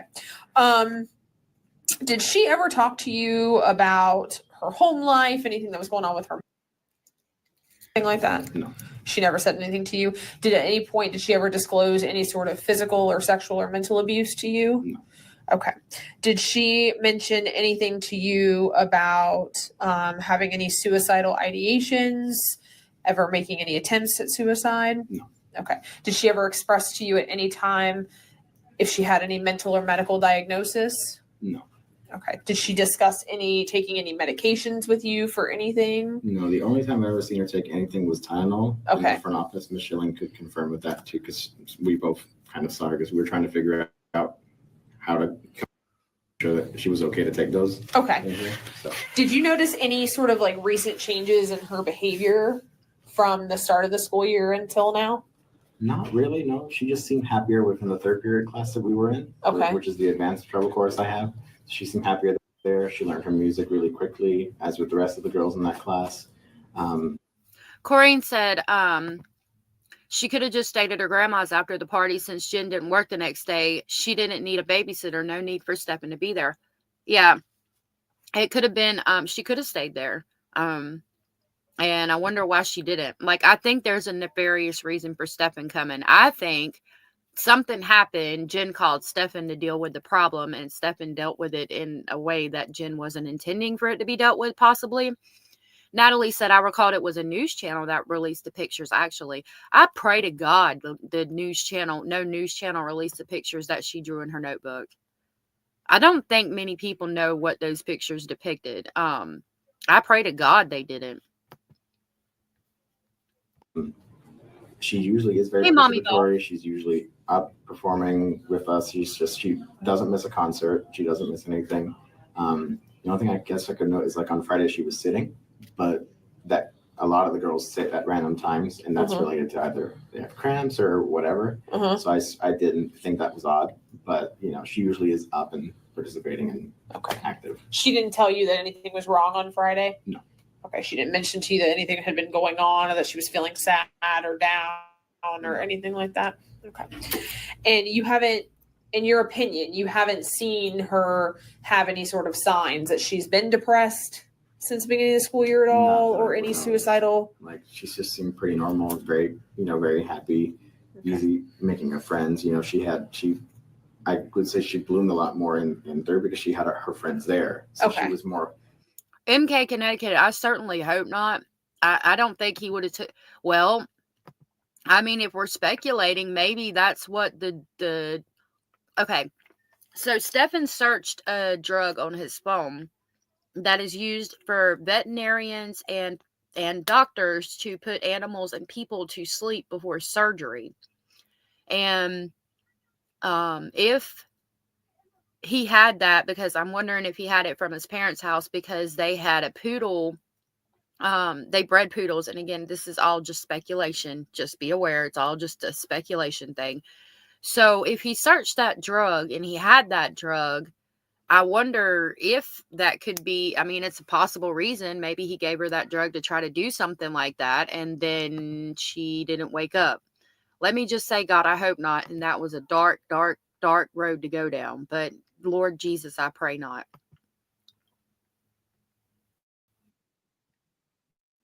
Outspoken and more confident. She's very helpful in my class. She even organized my piano once because it was all papers on top of it. She put it all together.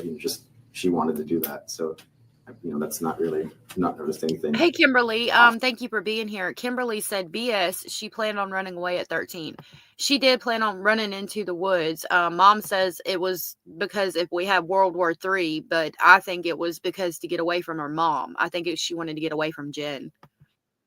About her. Okay. Now, I don't know how you do your grades or anything like that in your class.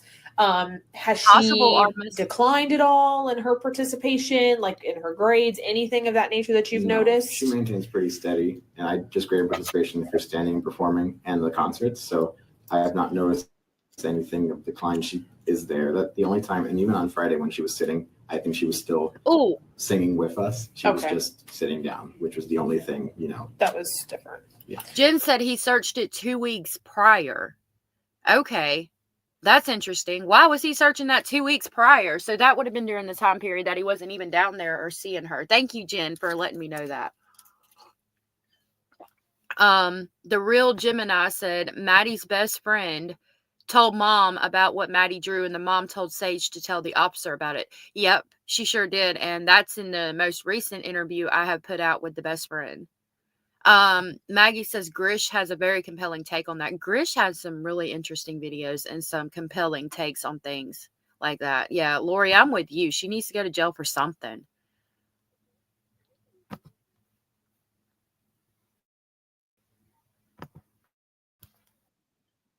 Gotcha. Okay. How about her? You've never overheard her talking to her friends about Stefan? Anything like that at all? Right, you know, when I send a message and talking points or whatever, she reads them. I got her before me on the Monday evening. Wasn't home yet. Okay. She was like, "Hey, is school today?" You know, so she knows, you know, she can reach out to me and it's open to do so and anything because it's, you know, she's always involved. So okay. So he just referenced the email from Jen Monday evening. I haven't heard a time yet, but I'm writing that down. Monday evening.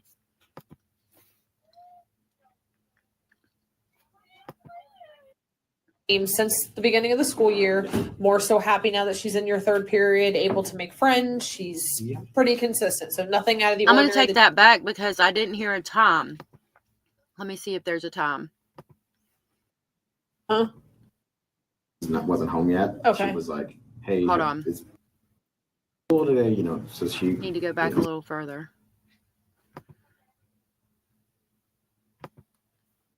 You know, when I send a message and talking points or whatever, she reads them. I got her before me on the Monday evening.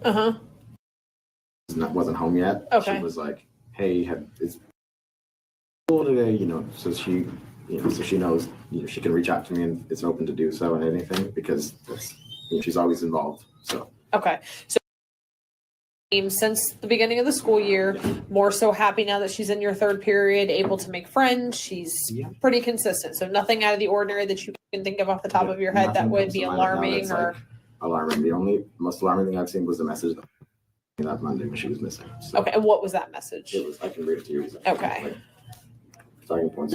So this was through the app Talking Points. Talking Points is what the district and the county uses to communicate between teachers. Okay. It's faster than emails, just texting. So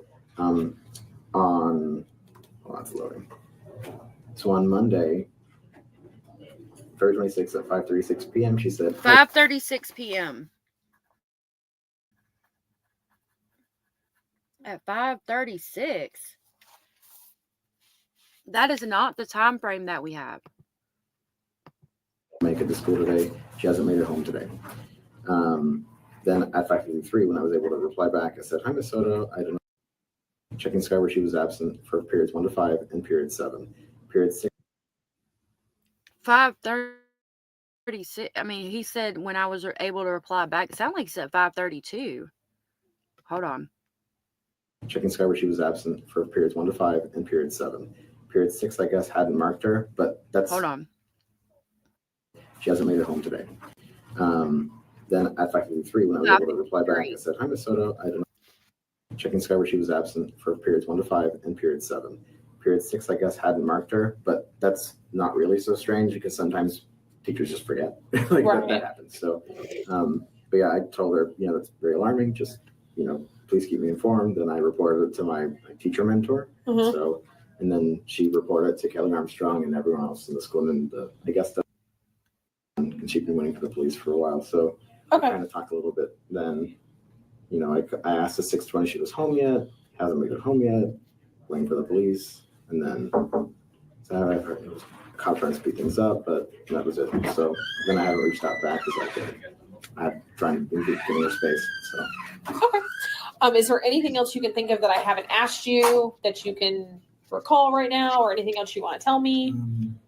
Nothing comes to mind. I think, you know, her behavior is very consistent in class. You know, whenever I see her out of class or whatever, I would say hi. She replies back normally. So. And she seems like a pretty happy. Yeah, she just seems. So Grandma said at 4:30 to 4:30 that Jen came to Mom's office, drove around approximately 20 to 30 minutes, we're assuming she calls besties between 4:40 and 4:50.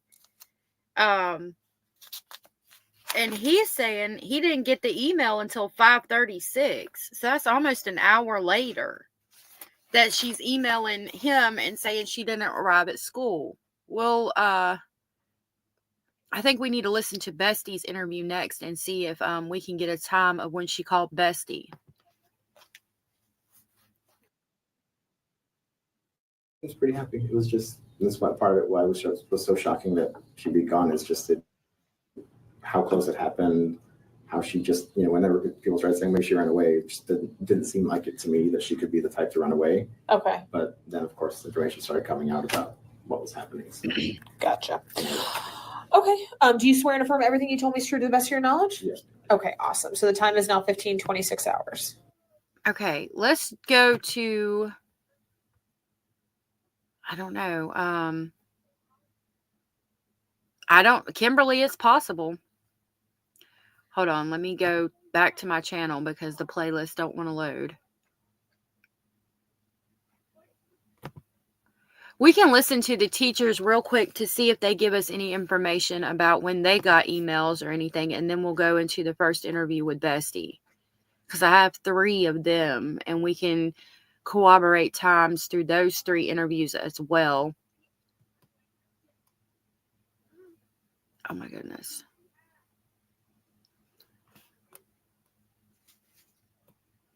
There. Sometimes if I scroll up, it'll play. Okay, let's see what. That was the 3rd period. She had a lot of CP days. She seemed sad, said the 1st period. We'll listen to that. Or I think this is the 2nd period. 6th period. Madeline's 6th period teacher. Today's date is February 29th, 2024. The time is 13:18 hours. This is Detective Hunt for OCSO case 24-0-11313. Can you state your full name? Elizabeth. Okay. And you were teaching this whole year? Yes. And you've been employed here this whole year? Yes. Okay. Are you familiar with a 7th grade student that goes here by the name of? My students. And you teach her. What period do you have her? She was in my 3rd period, and then in January she was moved to my 6th period. Okay. And are you familiar with why I'm out here to talk to you at all? Yes. Okay. Well, I just wanted to see if maybe you Hey, had an Lindsay. idea. Linda said Maddie should be enjoying the holidays with her family, not on a fireplace, not in an urn on a fireplace. Justice is coming, sweet angel. I've got a lot of questions. I mean, I try to give victims, grace and all of that. Definitely go on everything I can verify. That's why we're going through these today. But that whole immunity thing, and she didn't give any new information and she lied, I just can't with her. I can't. Lindsay, it's good to see you today. Shelby, good to see you. Shelby said if Jen Soto left home at 9:30, how long did it take her to get to the lab? Once she was there, she said it took them 45 minutes to see her. Then she said Stephen called her at 10:18. It's all BS. Hold on. I wrote that down. Let's see. Okay. So, it says 9:30, Jen left. She woke up between 7 or 8, helped Stephen with the dog, woke up at 9. 9:30, Jen left. Jen back home and then got to the doctor. It says she got to the doctor at 10:15. She was there 45 minutes to see the doctor from 11:15 to 11:30. And then, wait a minute. At 10:15, she got to the doctor. She saw the doctor for 45 minutes. At 11:15 to 11:30, she got back. And she did say Stephen called at 10:18. So, but he could have called. He could have called because Stephen would have got back home. She left at 9:30. Stephen got back home. He could have called her while she was at the doctor's office, which actually makes sense because if she was at the house, then he wouldn't have had to call her. So it does make sense to me that she would have been at the doctor's office. That's why he supposedly called her at 10:18 when he got back home. She asked about McDonald's, and then he says that they didn't go because she got to the doctor at 10:15 and was there for 45 minutes is what I can grasp on that. Hey, Lisa Lee. Yeah. Well, I just have a very specific few questions regarding. Oh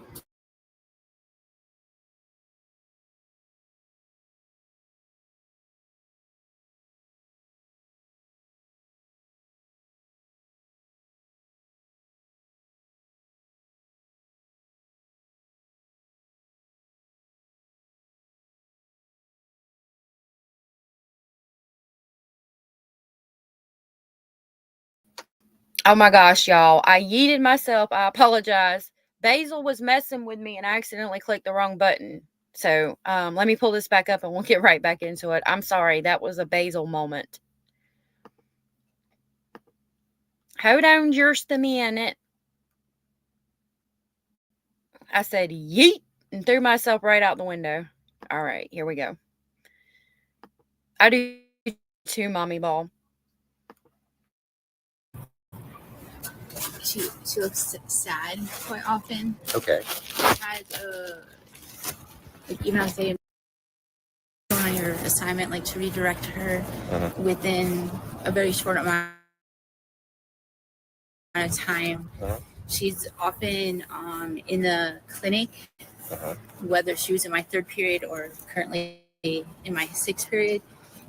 She's oftentimes in the clinic. Okay. And what's that for, usually? Either she's not feeling well or she has anxiety. Okay. When you say she's not feeling well, what does that mean? Did she tell you ever? She's like, I'm not feeling good. Can I go to the nurse? Did you describe it at all? Like, my stomach's hurting, my head's hurting, I'm feeling sad, anxious? I just know that she has anxiety. Okay.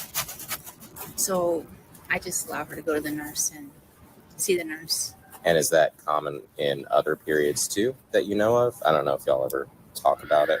I don't know about the other periods, but it stayed about the same as far as third period versus sixth period. Okay. Is she ever absent from school? She is. Without looking at my attendance sheets, I can't tell you how frequent it is. Would you describe her just off the top of your head as like frequently absent, or is it just not frequent enough for you to notice and call it something? Because she's in the clinic so much and she goes home, she's missing my class a lot. Got it. So whether she's gone home or she's still in the clinic, she does miss my class a lot. Okay. So you said normally she's very quiet and reserved. How long have you known her for? For the school year. This is the first year you've taught her here? Yes. Is she a new student here? I am unsure. Okay, that's fine. Have you noticed any recent changes in her behavior? I have. Okay, how so? On January.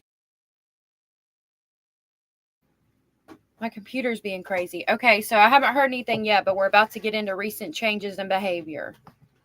May 22nd was her being moved. And the only reason why I know this is because I was looking at my talking points. And on January 22nd, I met through talking points and said that, explained to her that she had been moved to my sixth period and that I'm noticing she's more tired, more like withdrawn in my sixth period class. Like she's lost more focus than usual. And I just forgot. You're just seeing her in her natural state. I forgot to give her medicine. So she got moved into your sixth period class? Correct. Where was she moved from? So she was so there was a problem with chorus. Oh, okay. And so. Okay, so she got moved to the class, right? And I Know Who Killed You said this totally contradicts. She is often at the clinic. Yeah, I'm thinking that that's the counselor that she's often at. But that is weird. The detective did know from the beginning that he was lying. And Gemini said, me too, Mommy Ball. They are going through everything with a fine-tooth comb after they get her to testify. Like right after, she's going to get a room at the Clanker. Yeah, I hope she goes to the county clank. I do. I mean, I really do. I just can't. There's no way she didn't know, in my opinion. But we got to verify. Let's verify. The only other period that particular chorus that she was in was third period, so they swapped third and sixth. So she's now in chorus third period and me sixth period, and it was different. So she was just moved for timing reasons, for scheduling reasons. Right. Gotcha. But there was nothing happening in chorus. I don't. That you know of. Not. I just know that there was an issue with something happening in chorus.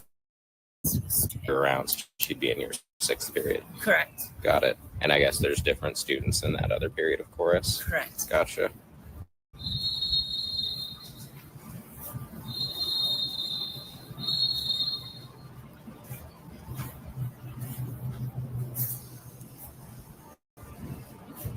Sorry, gotta make sure I write. You're fine.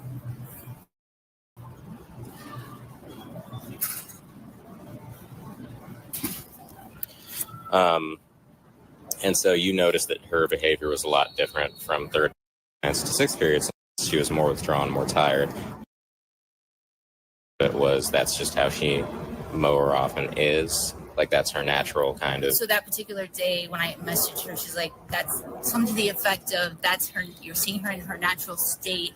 I forgot to give her ADHD meds or something like that. Gotcha. That particular day. Yeah. But it didn't seem to improve. But that's just how she was. Yeah.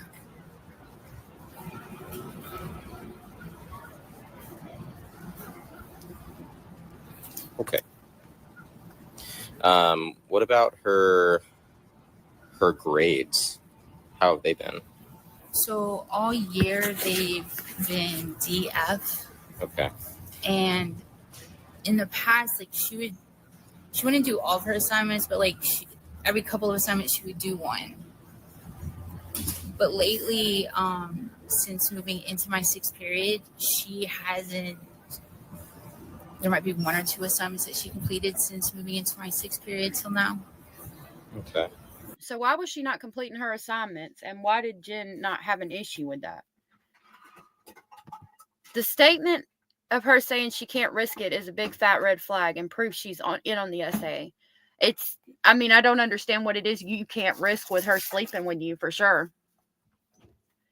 It's so sad and creepy, says Lisa Lee, what was happening in Maddie's life, and to think of how many more children that are going through the same thing right now, and we have no clue who these children are. Absolutely. It is sad. And the missing children that I play in the videos at the beginning of the lives, they're all missing and stuff. Jesus knows. Yeah, Jesus knows. Jesus knows.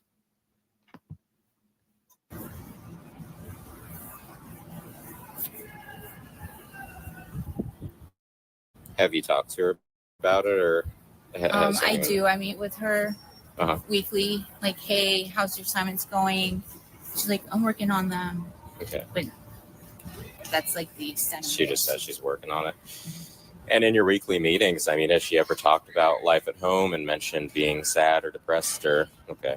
No. Has she ever shown any signs of being depressed?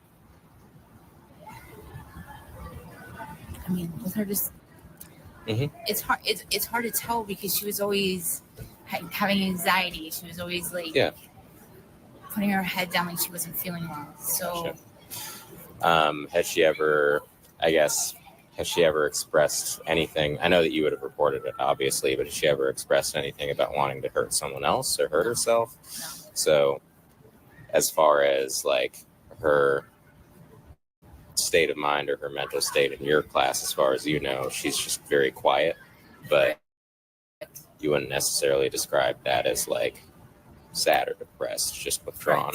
Correct. That's what it sounds like. I just want to make sure I'm understanding. Like having a hard time focusing. Yeah. And that's weird to me because if she's on the Adderall for the ADHD and she has ADHD, that's going to make her focus. So why is she having trouble focusing? Why is she so sleepy all the time? I mean, we know why, but like, what is the reason specifically for her not being able to focus when she's on medication to focus?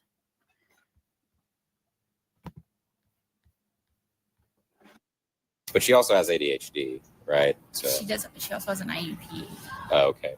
So do you think maybe with So the I always thought that it was part like because she struggles with learning. Mhm. So I always thought, kids that struggle with learning also are a little bit withdrawn and have a hard time focusing. Yeah. So it's common of kids who struggle, and that might be because they're just not understanding. Rachel has a good point when she says, I think Jen didn't pay attention to anything with Maddie's schoolwork. When Jen did mention it, she seemed bothered by it. So no one noticed that sleeping in class was a problem. Yeah, possible. Yeah, I can see why she had so many emotional issues too. I just wish the other people in her life would have seen it and known before it came to this outcome. After this, okay. After this, we'll try to run through the bestie interviews and see what we can get from those as far as the timeline of when Jen actually sent emails and reported Maddie missing and what she knew. Hey, Steph sells stuff by the seashore. Steph says hydroxyzine only makes you sleepy. Doctors prescribe it to girls when they don't understand ADHD fully. It's more of the boy type symptoms, in my opinion, from experience. Oh, wow. That's interesting. Thank you for sharing that. Lori said, we all know Jen is guilty of sending her underage daughter to sleep with a grown man, and Jen knew he was taking tablets to get to stand at attention. Yeah. To be fair, I mean, I don't know. I mean, I would say that doesn't necessarily mean she's being abused, but most people would never send their child to sleep with a grown ass man in the bed. I mean, I just can't. I don't understand that. It's more for the hyperactivity part of ADHD. Yeah, but like the Adderall she was taking for focus and she can't focus in class is the issue that I'm having right now.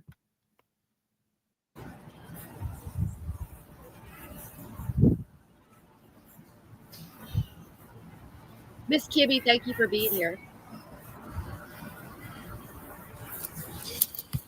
So it doesn't sound like her grades have necessarily declined, but they were never. It's been worse this quarter since being moved in January. Gotcha. Okay. Has there, and you've only known her for this school year, so it's only been, 6-7 months? Yeah. I guess, has there been any, aside from being moved to your 6th period, has there been any other notable shift in behavior that in your experience might indicate something's happening at home, or in your experience that there's something more going on? Okay. So nothing has kind of raised any red flags with you that there might be something happening. The only difference is from when she was moved to my 6, I did notice that the behavior changed, and that's why Okay. Yeah, I got it. Any other interaction or involvement with you specifically, or any other conversations? We've had other conversations about her not passing my class, and hey, she's missing these assignments. And what's her what'd she say to that? Sometimes she'll respond, and sometimes I'll work with her on it, but okay. It sounds like that's so. It sounds like when she would talk to Jen about Maddie's grades and her possibly not passing, Jen was just like, okay, I'll work with her, and didn't really work with her. Gemini says, I don't believe Maddie was ever upstairs. I question it. I definitely question it. It's definitely a speculation. Kimberly said, my mom was a single mom and would not even let me be home when her boyfriend was there, let alone me to sleep with them. And my mom and I slept together for years. Yeah, I mean, yeah, that's where I'm at with it. Toxic said, and ADHD kids are highly intelligent. They just can't focus and can be impulsive. Most class disruptions are due to boredom. Absolutely. Yep. Lisa said, Maddie had an IEP, meaning she should have had more one-on-one time with a specialist. So why wasn't that happening when they noticed she was struggling? I don't know about, the specialist. I would question that. I wonder who the IEP was. If it was the counselor, she was seeing the counselor quite a bit. Steph said, my understanding is they took her off the Adderall, which keeps you awake and attentive, but I'm not sure where I saw that. I thought she was only taking hydroxyzine, which makes you sleepy. I think she was taking the Adderall. I haven't heard that she was off of it, but I do know that prescriptions were supposed to be refilled in December, and as of February, they were not. Hey, Tracy. Tracy said if the Botox was for migraine treatment, I think it would have been covered by insurance, but she made it seem like she would be paying out of pocket, as you would when it's for cosmetic purposes. You're right about that. You're right about that. Yeah. I would think that insurance would cover it too. Maybe it was a copay or something. But yeah, I'm with you on that. Bad Girl said, but Jen didn't notice any changes in Maddie. Bullshit. A bullshit. Hold on. Let me do it correctly. Yeah. A bullshit. A bullshit. A bullshit. A bullshit. A bullshit. That's kind of I'm working on it kind of thing, but nothing really definitive. Correct. Okay. Has she ever disclosed that anything being abused at home in any way, physically, sexually, verbally? No. She's never disclosed or shown any signs of that you've been a teacher for 10 years, so I trust that you can see that kind of stuff, or you have your own way of identifying that. But I've been a teacher for 13. Oh, so yeah. So yeah. Even more so. So no, Okay. I haven't noticed that. Gotcha. So nothing that's raised that red flag to you thus far. And there's also, if I'm understanding you right, nothing that's raised a red flag that she's necessarily sad or depressed, but it seems more like she's withdrawn because of her, possibly because she has trouble learning. That is how I have process it. Well, that's what it appears like to you, right? It would look different otherwise, I guess. Okay, well, So this teacher had experience, or had been a teacher for 13 years and didn't pick up on the abuse. Boomer said, I think Jen is a lot smarter than what people think. She, like Steppen, is a manipulator and blamed Maddie's condition away with meds. Yeah, I think she's a lot smarter than people think she is too. I think she's a lot smarter than she puts on. Absolutely. I think she's playing games. Jim and I said, Jen said he was into the backdoor stuff and her child had trouble using the restroom. Yes. And that was my issue with that. Like, could that alone mean that she was being abused? No. But when you take into consideration all the other things, that she's sleeping in the bed with him, she probably only started having that issue after she started sleeping in the bed with him. He's in the backdoor things. She's taking Miralax, that her acting out, the fact that the biggest thing for me is that she was behaving so much better and doing better in school and all of the things when he was gone, yet you bring him right back. So we're almost done with this one, and we'll jump into the best friend and see what time frame she gives. Maybe if it'll play. Thank you. I mean, obviously, we're out here talking to you because we're all working very hard and very concerned, and we're all just looking for some things that might help us.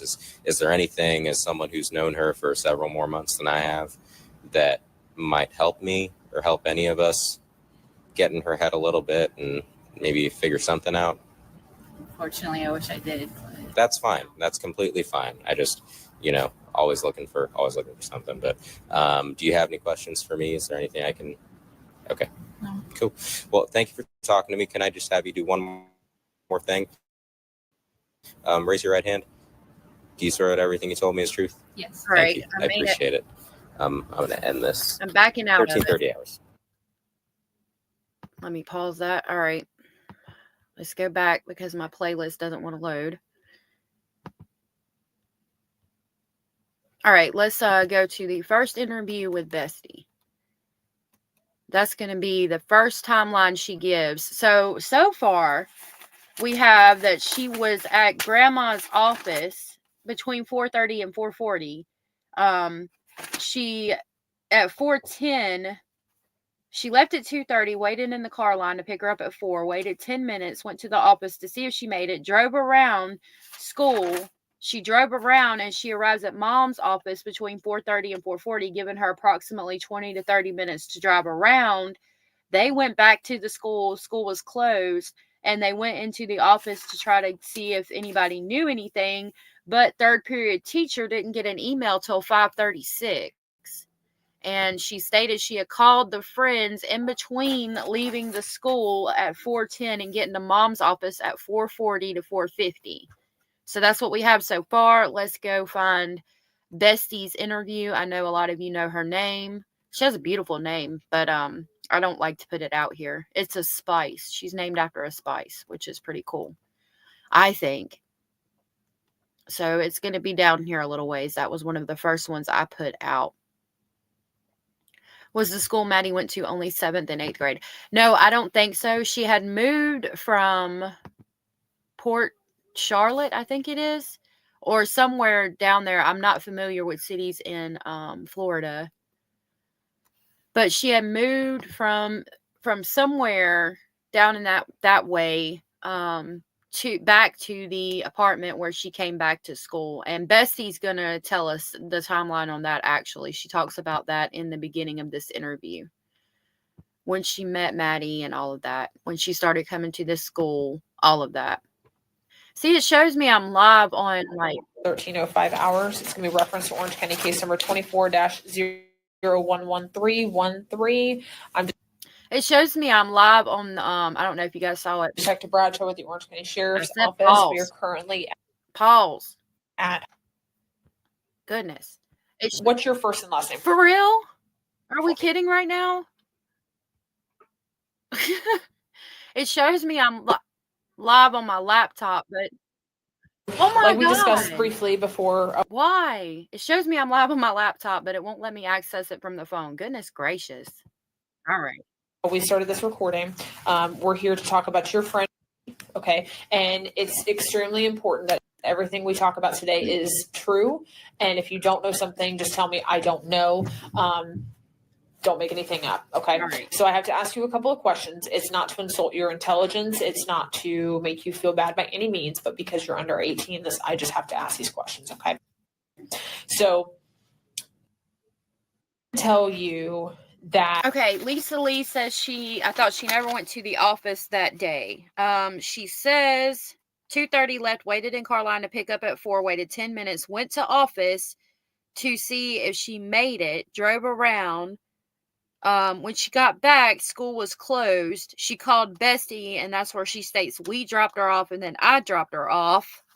And then I found out from Grandma's interview, when she drove around, because she states she went to Grandma's office, and she got there at approximately 4:30 to 4:40.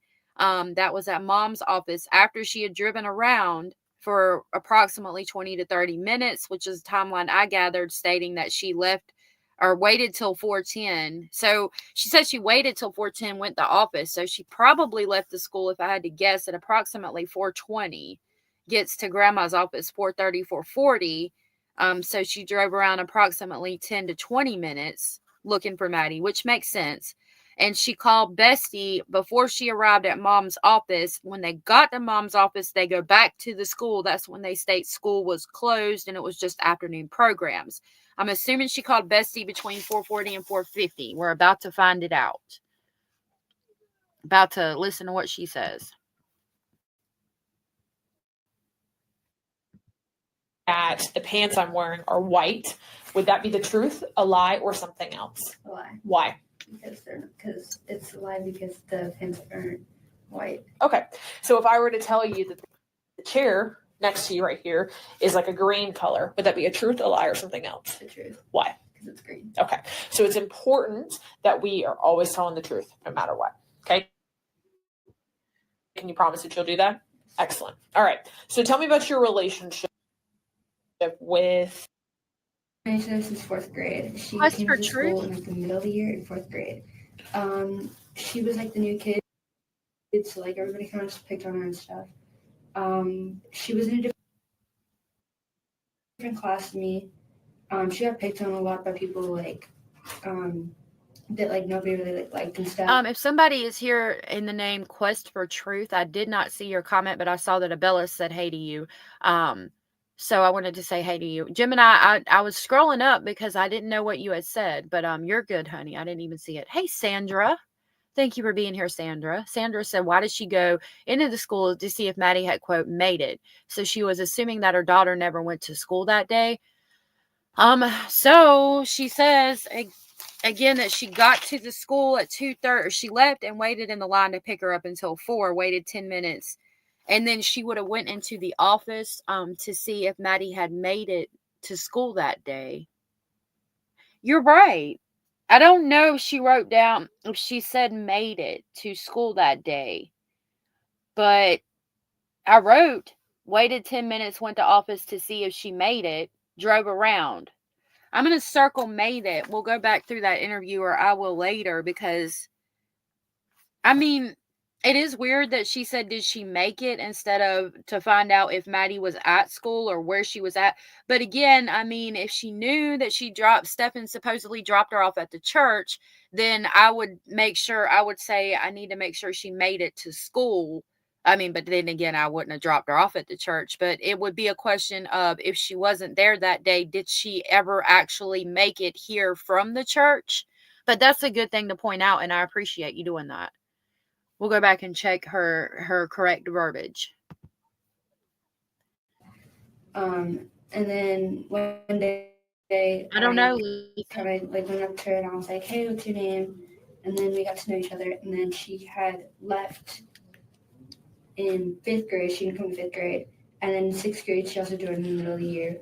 I remember her, and we became friends. And then ever since then, we've just been best friends and known her close with her. She tells me like a lot. Me and like her two like go-to best friends and stuff. So yeah. Okay. So you've known 4th grade. What? Tosh said, does the school not call when a child is absent without a call from the parent? Get a call from my boys' school within 45 minutes of the start of homeroom. That is amazing. Not all schools are there yet for whatever reason. I remember when my kids were in public school and I would have one of them homesick. It was after the school bus ran before I called and got the notification that they weren't there that day. Like, I would be cooking dinner. And so because I remember back then, and this had been, Lord, 6-7 years ago, I was thinking, what if my child like really did go to school and I'm just now finding out that she's absent? Like, I would have found out when she didn't get off the bus before I would have found out from the actual school. And I said that that's messed up. Like, they should do a thing where they call all the students into homeroom and then take attendance there and then dismiss them to go to their classes. And then you take that list to the office. So I'm glad to hear that your school does that. Not everyone is there, unfortunately, and I wish they were.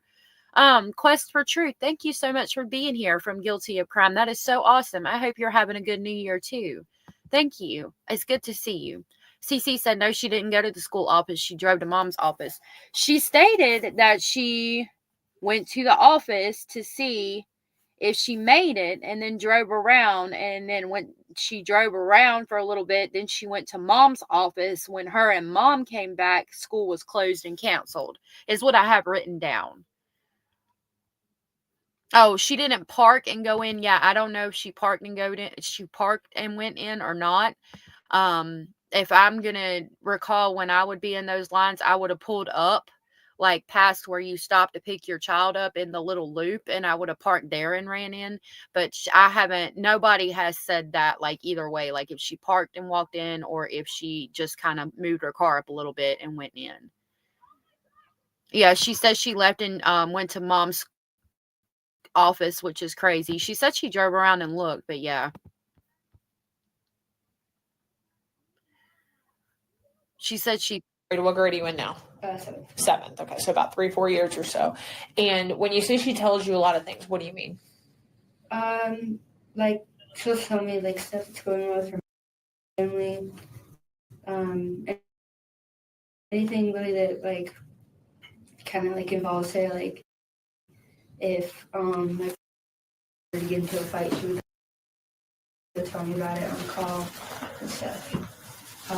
She had never told me about anything about her running away other than her saying if she were to run away, she'd go into the woods and find a place and stay there.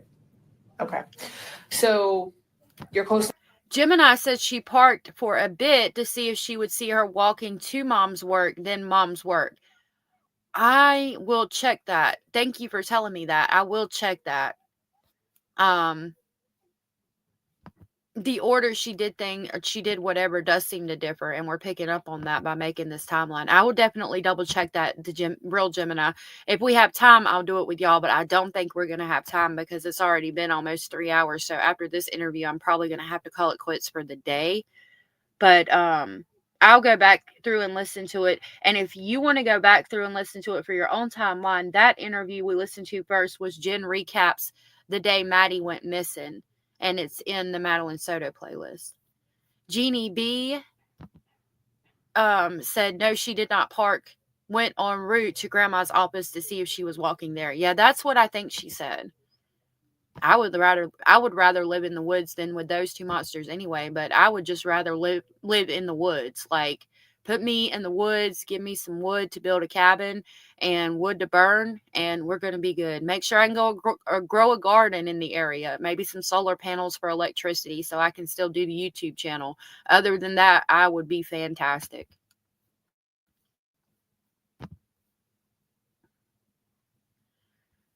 Hold on. Her, what would she tell you about like her relationship with her?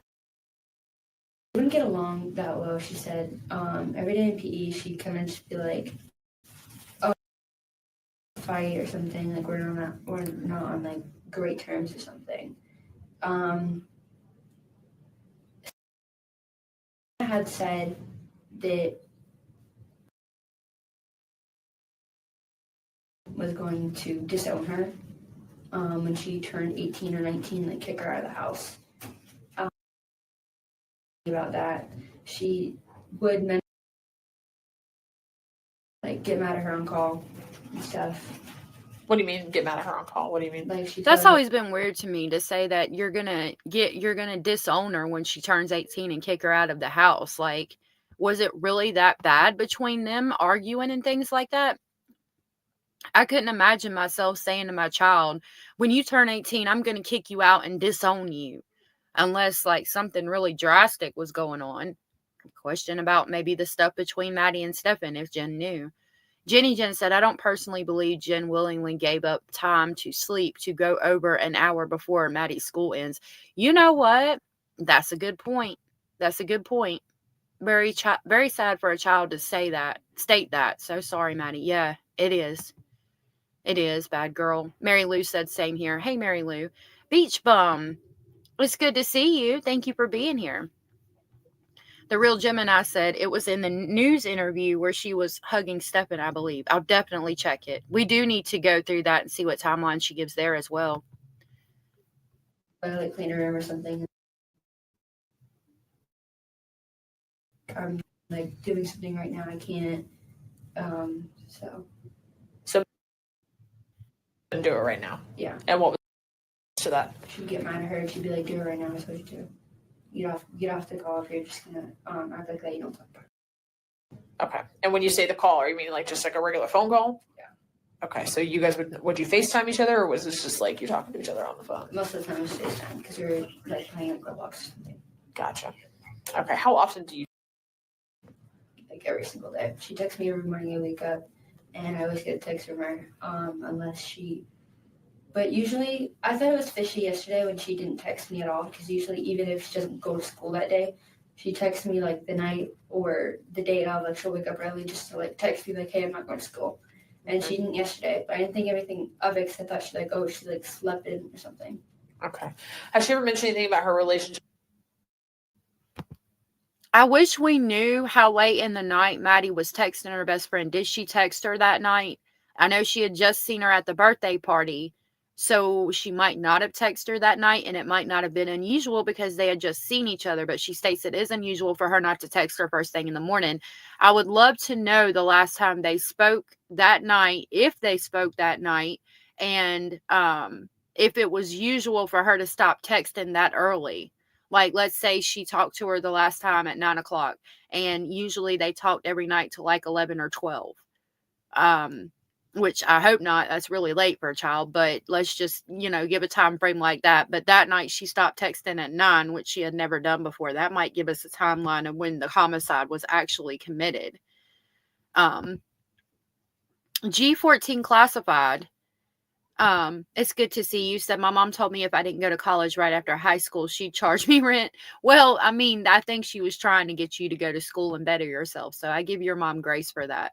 Teresa said to me, that statement is not unusual. My mom told me daily that she didn't like me, didn't love me, and wished she had gotten rid of me. Oh my God. Jesus.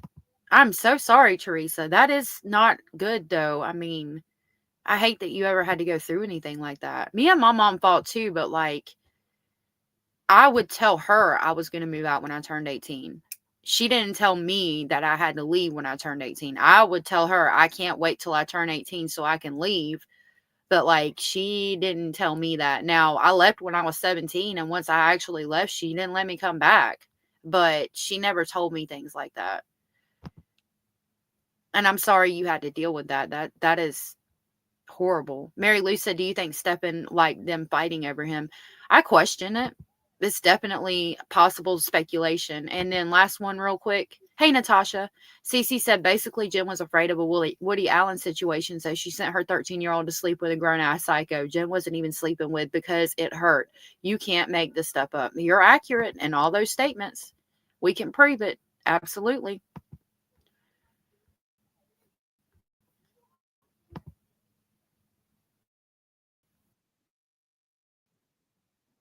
Mentioned really briefly. She was always on a call with him. She loved him. They were really close. Okay. So Stefan. Okay. And you said that she's very close to him. Mm-hmm. Okay, and that she's always on a phone call with him. So like, what do you mean when you say that? That she's always on the phone with him? Like they're always talking, like they're always texting, or they're on a call. Close, always texting, in reference to Stefan. And you could hear how the officer got irritated, not at her, but like she knows. You can hear how her voice changes. Listen to her voice. She's like, ugh. And then she like goes into it trying to get the information because she already knows about the CSAM stuff. Has she ever mentioned anything about her relationship? Listen to her voice change a couple of times. Hey, against all logic. Mentioned really briefly. She was always on a call. Stefan. She was always on a call with him. She loved him. They were really close. Okay. So Stefan. Okay. You hear the way she said okay, and then her voice gets high pitched because she's like, okay, we got to talk about this. I need to get the information. Yeah, the real Gemini. You said the last text message was a group chat talking about choir practice, and it was. I just wondering what time that was, and it probably is in the bestie interview. She's very close to him. Mm-hmm. Okay, and that she's always on a phone call with him. So like, what do you mean when you say that she's always on the phone with him? Like they're always talking, like they're always texting, or they're on a call. I hope not, Beach Bum. One time I called her. She was like, "Hey, I'm gonna call you back later." Or like, "Do you want to join?" I was like, "I can join. I don't care. Your choice. If you guys want to one time, you can." And then she added me to the call, and like he was helping her with her homework and stuff. Okay, so was she typically at home when she was talking to him, or yes. Would she talk to him while she was here at school? No, she talked to him at home. Does he not live in the home? No, but he visits a lot. He recently moved out. Why did he move out? I have no clue. She didn't tell you anything that happened. Do you know when he moved out of the house? I don't know the exact date. Okay, and she didn't tell you why. Did she ever tell you about? I knew there. There's a lot of redactions. I don't know why it's excluded. Manda, Clary, thank you for being here, says, hey, y'all, I'm a bit behind, but I'm convinced Jen told Stephen about the church. How else would he know? It wouldn't be too sus to say he dropped her off there. Obviously, Madeline didn't tell him. How did he know? Yeah, probably in passing because we know grandma dropped her off there sometimes too, or picked her up from there. I don't think anybody ever dropped them off at the church. I think it was a pickup spot, and grandma might have mentioned it in passing.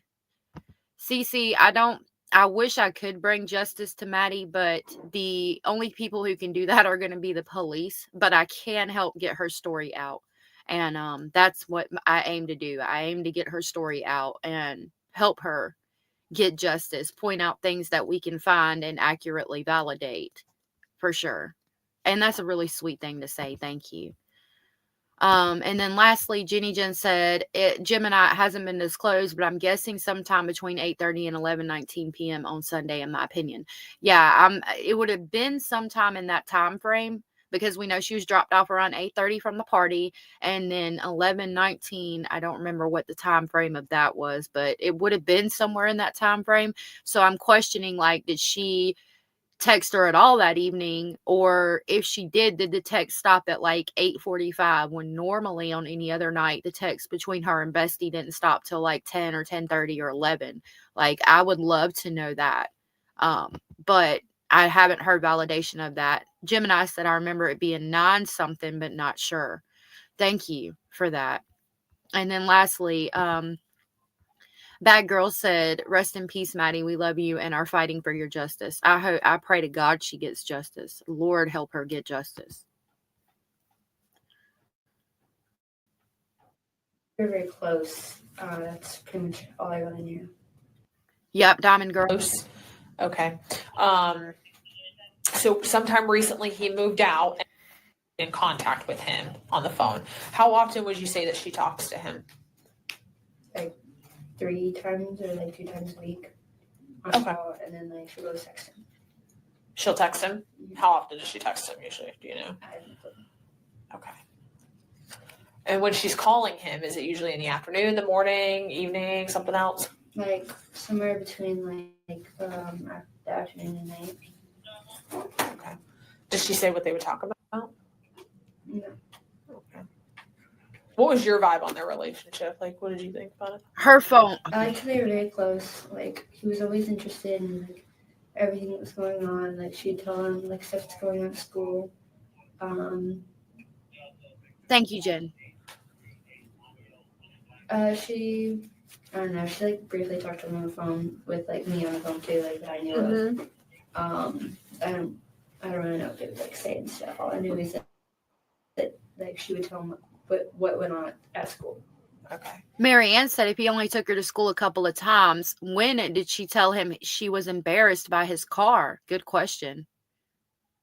It could have happened before, like the first time that he took her, but I think that was used as an excuse. I still think that was used as an excuse, but I think it was because she didn't want him to see her talking to a boy or something, because we know she had a crush on a couple of boys. Did she ever disclose to you that he said or did anything that she felt that was inappropriate? No. No. Did you ever witness anything that you felt that was inappropriate that he said or did or anything like that? Okay. Have you ever been at the house when he's been there? One time. Okay. Tell me about that interaction. They picked me up from my house. I don't remember if it was like a weekend or a weekday. And I met him, and then he went upstairs. Like when I came, he was like, "Hey," he said, "Nice to meet you." And then he went upstairs because he just like came down for like water and then went back upstairs. Gotcha. Okay. How old is he? I have no clue. Okay. Who normally brings Maddie to school? Has he ever brought her to school that you know of? Not that I know of. Okay. Do you have a reason why he would have brought her to school? It's redacted. But you don't know of a time that he's ever brought her to school? Shift work. She's a sub here, and then I don't know if she still is. And then she also works at Disney. Oh, okay. So the friend knew that she was a substitute teacher there and then sometimes worked for Disney. I would be concerned about my child being around that woman as a substitute. I'm sorry. That is concerning to me because of the medication she's on. Like, she's on so much medication, she could barely stay awake. So I would be concerned about that, especially trying to teach a class. Miss Holmes said, in my opinion, Maddie didn't have ADHD or autism or general forgetfulness. She was being groomed from age 6 to 8 and then physically until she passed. Anyone would be affected in many ways. Stephen and Jen were a team. I don't know if they were a team, but I can agree with everything else you say. I have opinions and speculations that they were working together, but I need to prove it. And I'm hoping trial will bring everything that happened to this poor child to the forefront. Lori said, come on, be real, Jen. Not interested in sexual relations, but let Maddie sleep with a man on meds to get to stand at attention. Nobody is that dumb. Maddie was maturing. Recipe for disaster. You know, now that you point and somebody else pointed that out, if they weren't sexually active and he was getting his prescription filled to help him stand at attention, that is weird. And that's another great point, that she let Maddie sleep in the bed with him, even though she claims they were not sexually active for over a year, yet he's still getting his Viagra or whatever filled, and she's still got pregnancy test under the cabinet. I would love to know how recently that prescription had been filled, if it had been filled in the past year, and how often he was taking it, and if Jen knew that.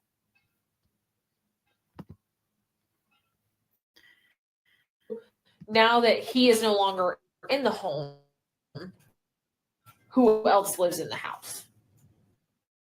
A couple roommates and then her mom and her. Their roommates. Who are those people? I don't really know them. Are they like a couple? Like, no.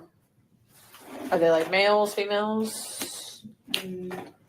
There's like one kid that I think is like in 6th grade or 5th grade. I don't know.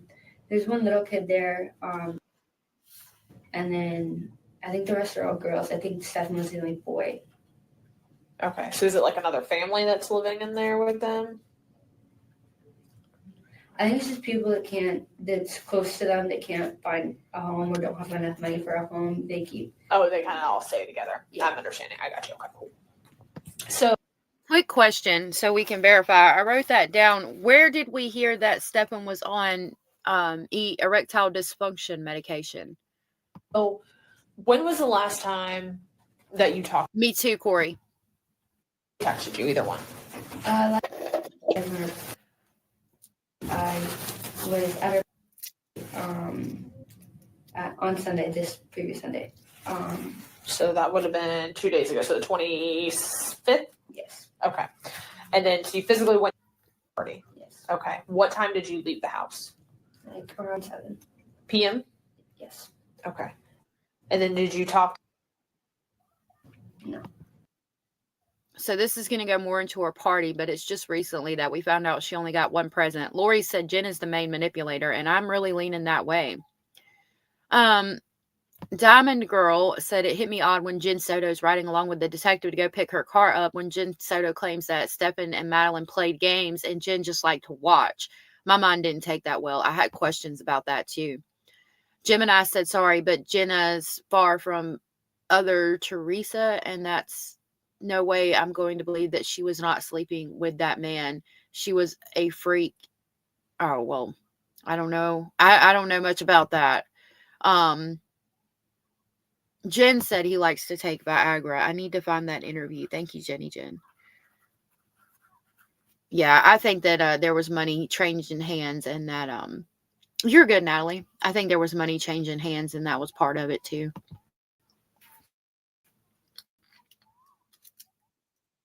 Did she text you at all after that? We went to the park, and I know she had brought her phone when I was still at the day party, so I texted her like, "Hey, did you bring her phone?" She never answered. And then when I got home, she saw the text, and she was like, "What is this?" I was like, "Oh, we were at the park. I didn't know if you brought your phone." She was like, "Oh." Okay. So then you said she normally will text you in the mornings when she gets up. Yes. So we know she texted Bestie that night. She'll text me good morning, and then she'll send me like a whole bunch of Instagram reels or YouTube reels. Gotcha. What did she text you yesterday morning at all? No. Did she call you at all? No. Did she send you any Instagram reels? Anything else that you were talking about?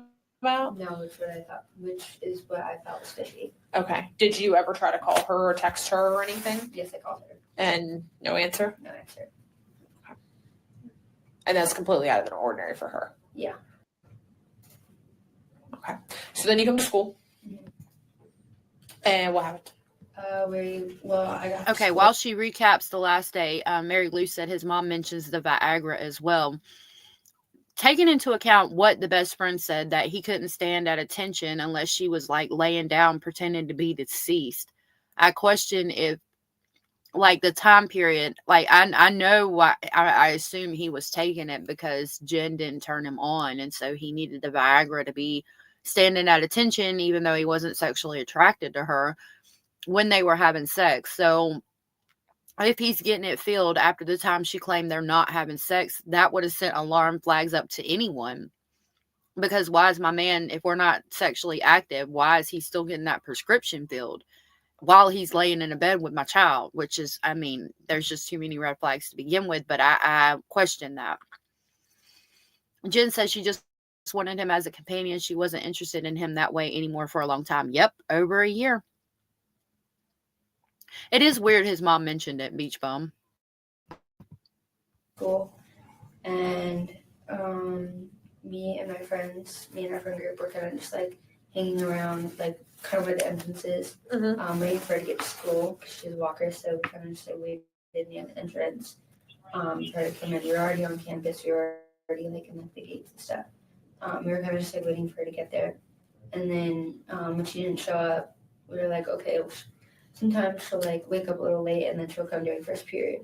And she didn't, so I was like, okay, she might be like sick or something. Everybody kept coming up to me and was like, where is she? Where is she? Is she okay? And stuff. I was like, I don't, like, she's probably just sick or something. And that's what I kind of told everybody, that she was like sick or that she kind of like slept late and wanted to go to school. Right. So. Does she miss? I find it weird that the friends were coming up immediately when she wasn't there and like, where is she? Where is she? Like, is that normal? Do they do that every time she's out sick, or was it just that day? Had she said something to somebody that maybe they didn't say anything about? Why were they so questioning? Like, why were they questioning her absence so much that day? Was that normal when she was absent? Miss school often? No. Is she sick frequently? Yes.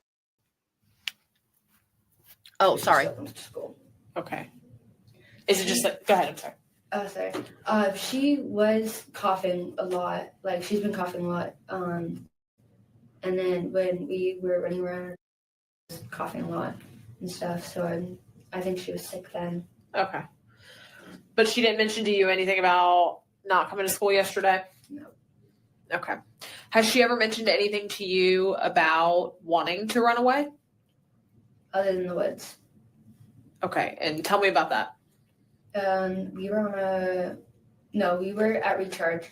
We were walking around the bus loop, and she was like, she was talking about a gator, and then she was like, it'd be like so cool to do. And I was like, what? She was like, if we like ran into the woods, like, you know that trail behind school? I was like, yeah. And she was like, it'd be so cool to like go there and just like build a little house. And I was like the woods, like with like animals and stuff. And I was like, where are you gonna get this like wood and stuff to build this house? And she was like, I don't know, I'll figure it out. And I thought she was joking and stuff because she kind of like smiled when she did it. So I thought she was joking, but I didn't take her seriously. And then so at this time, Bestie doesn't know that Madeline's deceased or that Stephen has been arrested. I found she was missing. That popped. Okay, Anna, have a good day, love. Really quick, Gemini said no, she was trying to probably was him holding out on her, but thinks she even opened her back door. She offered up her child on a platter to him. She was all about him. That is more lies out her mouth. Sorry. I mean, I agree with you. I'm with you. Corey said, well, Stinky Magoo, pretty nasty. Hope he didn't. Yeah, no doubt. I question that. I have some questions. I hope not. I mean, I think she was seeing a doctor regularly because the doctor had to prescribe the medication. So I think she would have been at least being seen by a doctor. But I mean, I question how a doctor didn't know that something was off about her from the age of freaking 6 to 13. Popped into my mind, and I told my dad, and he was like, and I will go out looking for her. So my dad didn't come home till late last night trying to find her because he was in the woods. He went to every single park, went to the park we went to. Everywhere he could look. Your dad went out to the woods last night? Yeah. He didn't find her. Okay.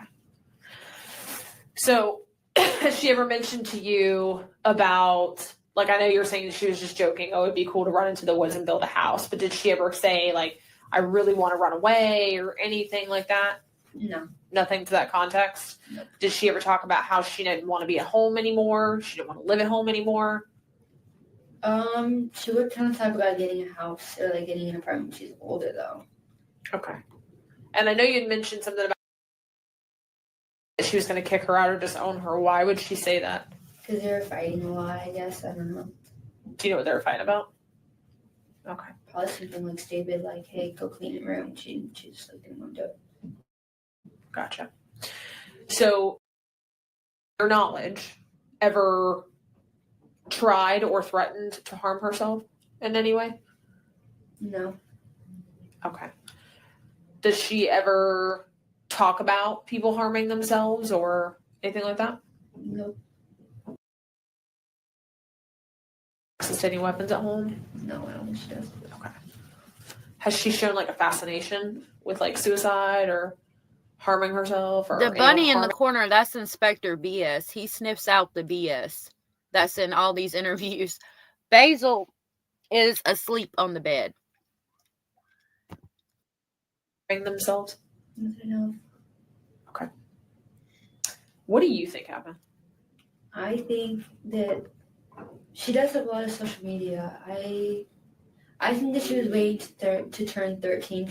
Basil in that what Abellish dropped, that's pictures of Basil, my actual rabbit. In the corner is Inspector BS. He's sniffing out the BS and working overtime. She had told, like, when I turn 13, once I turn 13, I'm going to leave this house and never come back. Why 13? Because I think, because she would always brag, because I said that I can't wait to my birthday, and she was like, are you having a birthday party? I said no, and she was like, oh, I get a whole bunch of money, like $500 something on my birthday, you know, like that's like so much money. And I was like, yeah, like I get money, but like not like that. And I don't really like having birthday parties because the last birthday party I had was a whole bunch of drama.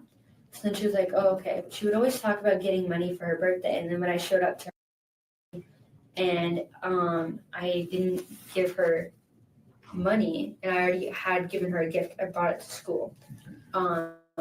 She kind of got mad that I didn't give her any money or anything. I was like, I spent money on this. I didn't physically give you any money though. And then when we also got there, I was like, so she's recalling the argument. I haven't heard anything about when Jen called her yet, but we're going to hear that soon. Artemis Prime, I wish I could get disability for being addicted to true crime as well. Did you get? And then she was like, I barely got any money yet. Like, I'm kind of mad because like I want more money. And then I was like, oh, why? And she was like, well, it's probably another. Like, I don't know. I think she was waiting to turn 13, waiting for me. That way she could get a whole bunch of money and go. But where would she go? I have no clue. She talks to her sister. Her dad is in Washington, D.C., and I think her sister is too. Her and her sister. Now, a lot of people have questioned that, and with the best friend saying it, I question it as well. Did she want to get money for her birthday, and was she upset about not getting much because she was going to use that money to run away? And a lot of you have suggested run away with Stefan. I don't know if Stefan would have done that, because my thought process on that would be, is he willing to take a kidnapping charge for running away with her, unless Jen condoned it? But there would still be questions about school, and her father would want to see her, her grandma would want to see her. So I don't think Jen would have ever condoned them basically running off. And I think part of it was that Jen wanted Stefan and Maddie there. She was codependent on both of them. So she didn't want to lose them. Her sister are close. I went over to their house. Like I went over to the mom. No, her biological sister. Yes. Okay. Go ahead. Her. I went over to her grandparents' house, and she was on a call with her sister. They seemed close. They always play Minecraft together and stuff. How old's her sister? And I think like the last time I think she mentioned her, I thought like 15 or 16. She's just a couple years older. Yeah. So she said she was upset because she didn't get a lot of money. She wanted more money. Okay. But she didn't mention what she was going to do with that money other than just, hey, possibly buy more presents. Yeah. Okay. Does she talk to a lot of random people on social media? On Roblox, yes. She would go in, like, we'll play games, and she will play with them and talk to them online. Okay. I had a Roblox. While concerning, it's not surprising considering that Jen didn't really pay much attention when it came to her schoolwork and all of that. I don't think Jen would have paid much attention when it came to her social media accounts either. Basil hoodies needed and YouTube University hoodies needed, from what I understand. And Inspector BS hoodie is needed as well. We need to make some. She had not texted anybody. She has 51 friends on it, but it didn't say anyone has texted her in like a while. And most of them were like just people that she had friended or people that had friended her. Mm-hmm.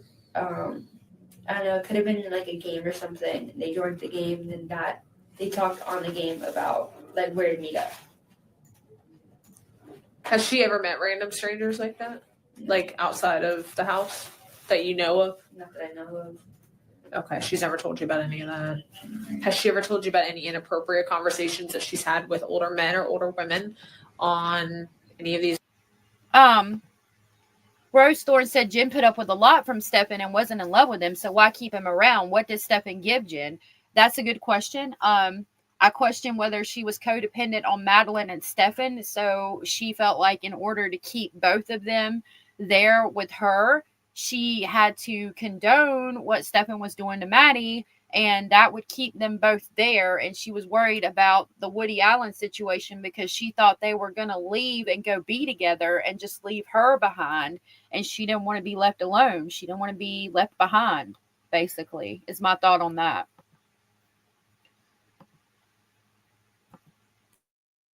These social media accounts? No. Has she ever told you about maybe sending any inappropriate pictures or somebody sending inappropriate pictures or items to her on any of these accounts at all? Nothing? Okay. So I know you said she has Roblox. Do you know what are her account like names on those, like her handles on those? Do you know what they are? Top of your, like her username or whatever you guys call those? Okay, so that's her Roblox username. Yes. Okay. And you said she has an Instagram. I heard you say that. I have no clue what her Instagram is. You don't follow. She had a lot of accounts. Said she was going to show her face at 200 subscribers on YouTube. Veronica said companionship. She said so. Yes, Jen did say she kept him around for companionship. Follow her on Instagram? I don't have Instagram. I'm not allowed to have social media for this exact reason. So she does have an Instagram. Yeah. You just don't know what it is. I don't know. What else does she have? YouTube Shorts. Okay. What does she do on there? She dances and stuff, and then she like covers her face. She doesn't do a very good job of it. She goes like up and down, like there's this dance that you do. But in some of them, like I'll go on her YouTube Shorts account and she'll forget to like put the emojis on her face, and I had texted her like a few times. I questioned those YouTube shorts that she was making and dances she was doing. I wonder if she was dancing provocatively in any of them and doing anything she had learned that she was groomed that she was supposed to do at the time. Like, that's concerning for me. Veronica said, yes, she didn't say, oh my God, why would my daughter and boyfriend run away? That's gross. No, she said they couldn't or wouldn't do that to me. Exactly. Rachel said, I think Jim was addicted to having Stefan there and looked past him being lazy, no good man child. Yeah, Also, the sex stuff is not evil, but the killing her was a comment. Again, just tells me that she knew way more than she let on. I'm like, hey, I just went on your thing because I get notifications that she does it. And I was like, hey, you forgot to cover your face in this one. Then she was like, oh yeah, I forgot. She was planning on doing it at 200 subs, showing her face. Why? Because I think she got tired of like, because everybody kept, I think some people kept commenting like, oh, show your face or something. I don't know. Okay. So Roblox, Instagram, YouTube Shorts, anything else? Okay. When you guys would text each other, did you guys use an app to text each other, or was it just your regular phone? Messages. Like iMessages? Yeah. So like just the normal text messages through the iPhone? Yes. You guys didn't use like WhatsApp or any of these other accounts? Do you know she had a WhatsApp? Or any other accounts that she could have had? Okay. Does she have a boyfriend? She has a crush. On who? From school. What's his name? What his last name is. Okay. Do you have any classes with him? Second period PE. And he's in your second period PE? Yes. Is he here today? Yes. Lori said, can anyone remember Jen's words? I don't want Maddie to come home harmed or something like that. Yes, she did. She said, I don't want her to come home harmed. That's in the interview, the first news interview. She said something to that, something to that effect. And the cop questioned her on that and said, why would you say you don't want her to come home? And she doesn't recall it. I remember that because I put it on a thumbnail and people got mad, thought I was saying that she said that she didn't want her to come home. And I was quoting what the officer had asked Jen. May, thank you for being here, said, I feel that Jen was the one taking the pictures of them too. Anyone think of that? They both need to be in jail for life. Yeah, they do. It's a speculation that she was involved with the CSAM stuff for sure.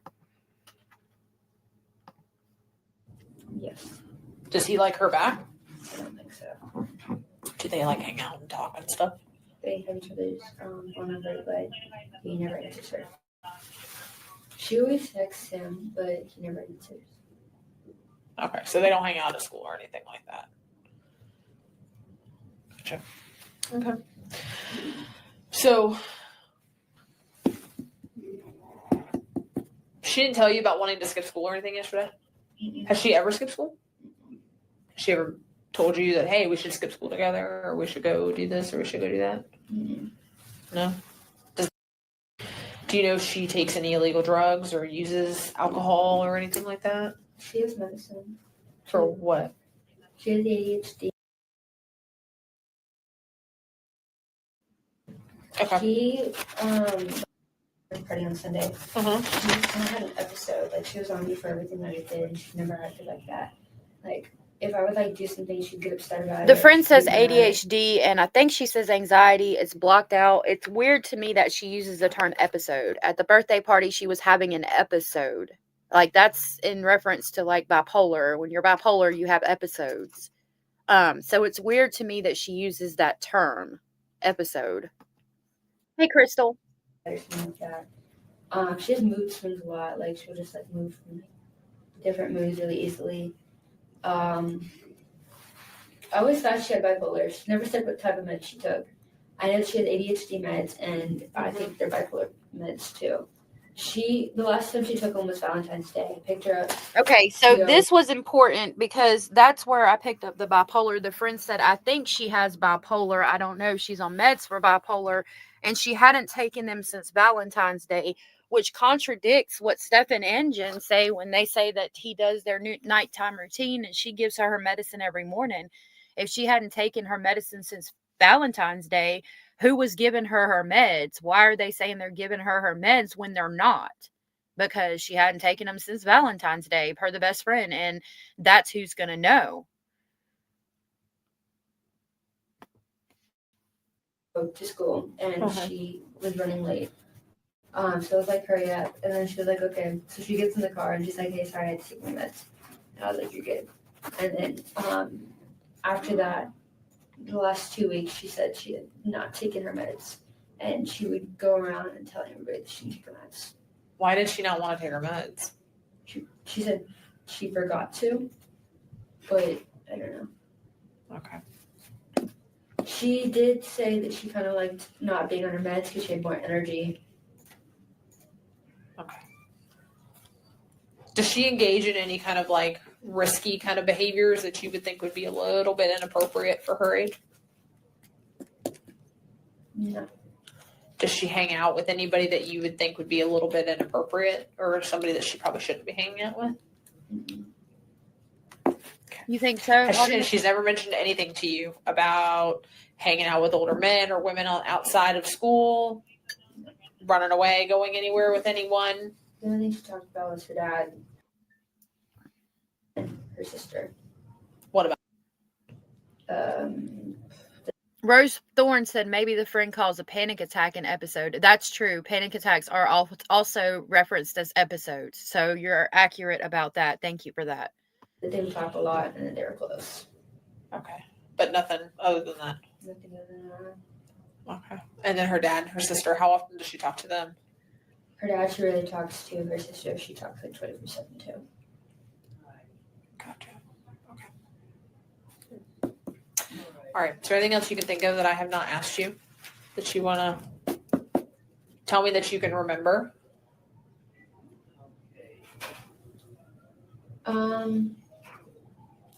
Sometimes the YouTube shorts or like the Instagram reels would be about love, but like crushes or like finding like a boyfriend. And I thought that she just meant like a crush in her, or something. I don't know. Now, keep in mind that at this point, the friend doesn't know that Stefan has all the CSAM stuff and is about to be arrested for all of the things he was doing to Maddie. And she says already that it's weird that on her social media, she references love a lot and having a boyfriend and all of that. But we know the crush wouldn't text her back or talk to her really. Do you think she ever had any, like, feelings towards Stefan is what I'm assuming she's saying. Okay. It didn't seem like that to you at all? Okay. What about with anybody else? Nothing. Okay. All right. All right. Anything else you can think of that I have not asked you? I know we talked about a lot of things with all of this. I'm trying to think. I agree. Money. When I gave her my present, she kind of got mad and stuff, and she was like, she would take stuff really literally, like all the time. Like, she would kind of just take stuff out of hand or something, and then she kind of just takes stuff out of context and make it more dramatic than it is. Okay. Do you think that she acts out for attention sometimes? Probably, yeah. Okay. So the friends think she acts out for attention.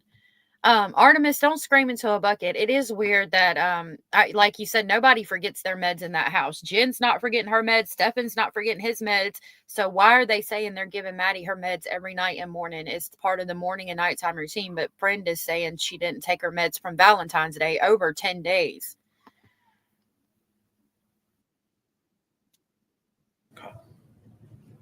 Right, Artemis? So I know I go back to the whole, like, what do you think happened? Do you think that she just ran away? Like, what are your thoughts on this? Because you know her better than any of us do. Yeah. Right? So that's why we have to come and talk to you. Like, I don't know her. I've never met her. I know nothing about her. So based on what you know.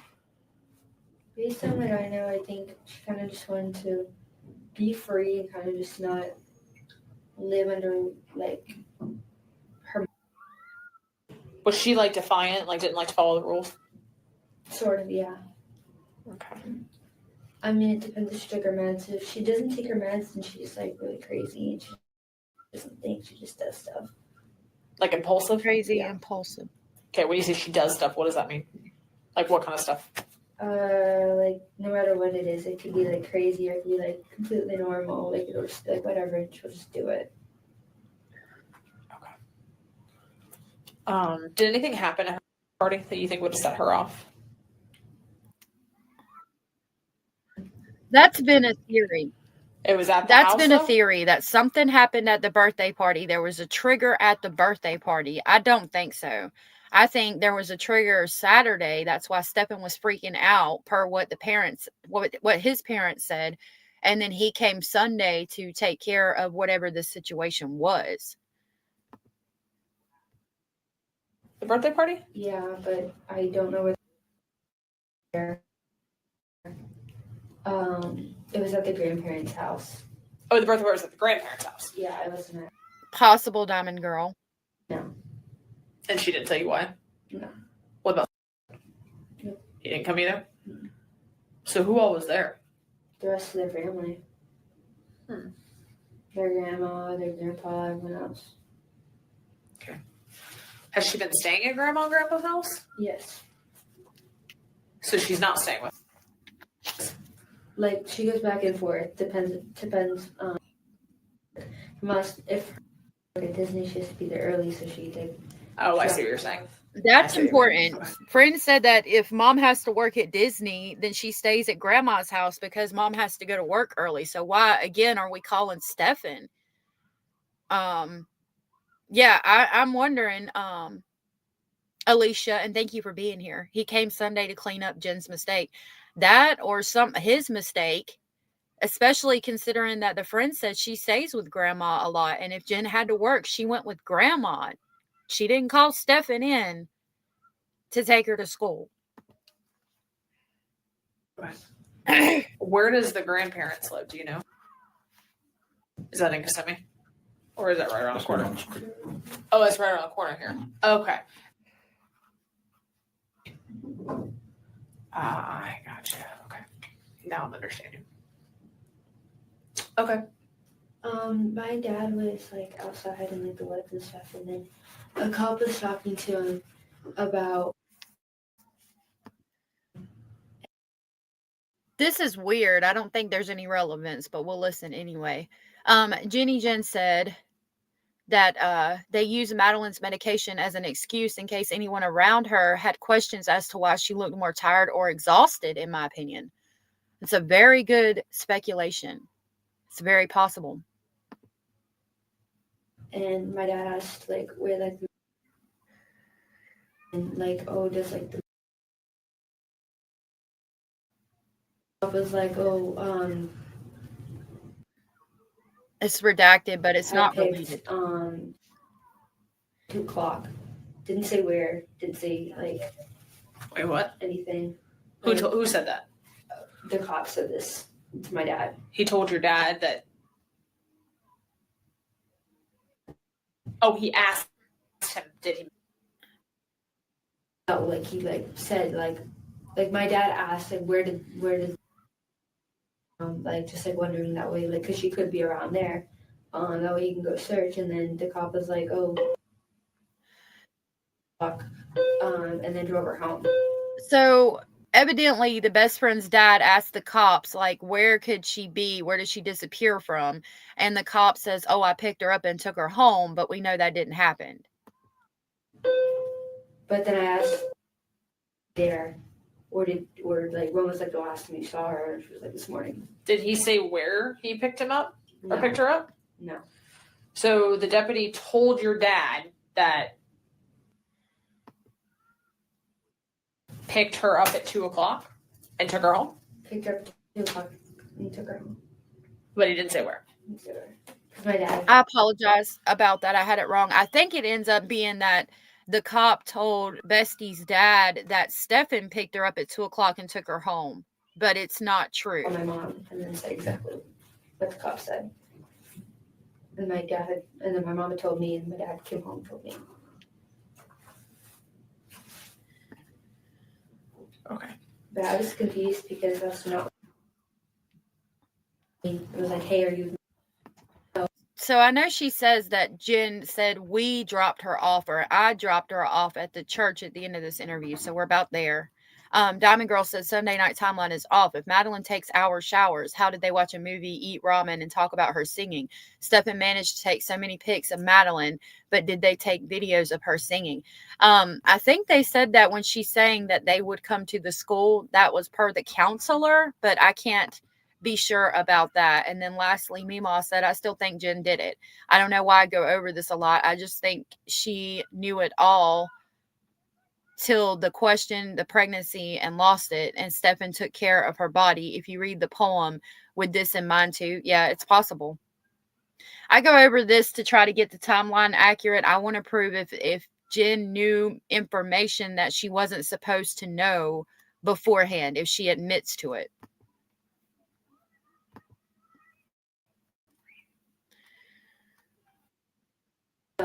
She was like, okay, I'm just wondering because where she is, did she come to school? Like, she didn't come to school at all. And I was like, she wasn't on lunch, she wasn't anywhere to be found. Everyone like, oh, she was like sick or she didn't come to school. Nothing like that. Nobody really thought of anything of it. And then she was like, okay, I'm freaking out. Can you call your friends and like make sure that she was at school or that someone, or like make sure someone's seen her. And then I checked with everybody. No one saw her. So I was like, Jesus, no one saw her. But she didn't say if she dropped her off at school. No.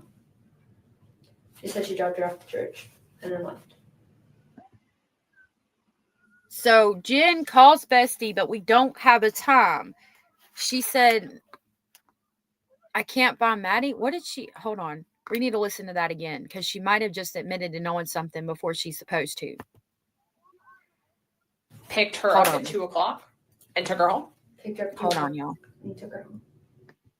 But he didn't say where. He didn't say where. Because my dad called my mom and then said exactly what the cop said. And then my mom had told me, and my dad came home and told me. Okay. But I was confused because that's not. I was like, hey, are you? No. She was like, okay, I'm just wondering because where she is, did she come to school? Like Okay.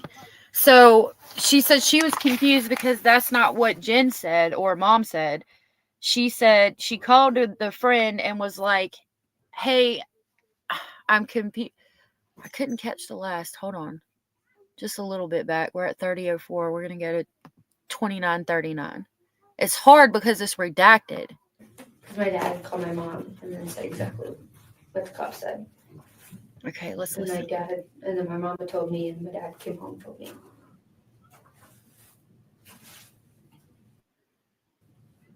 Okay. But I was confused because that's not what Jen said. It was like, hey, are you? No. She was like, okay, I'm just wondering because where she is, did she come to school? Like Okay, so I'm just confused because I don't know where Maddie is. Did she come to school? Or Maddie is, did she come to school? Is what the best friend says to in the beginning when she called. So when she called, Jen asked her, had she seen Maddie? And says, I don't know where, or said, I don't know where Maddie is. Did she come to school? And she also is about to state that Jen says Jen dropped her off at the church.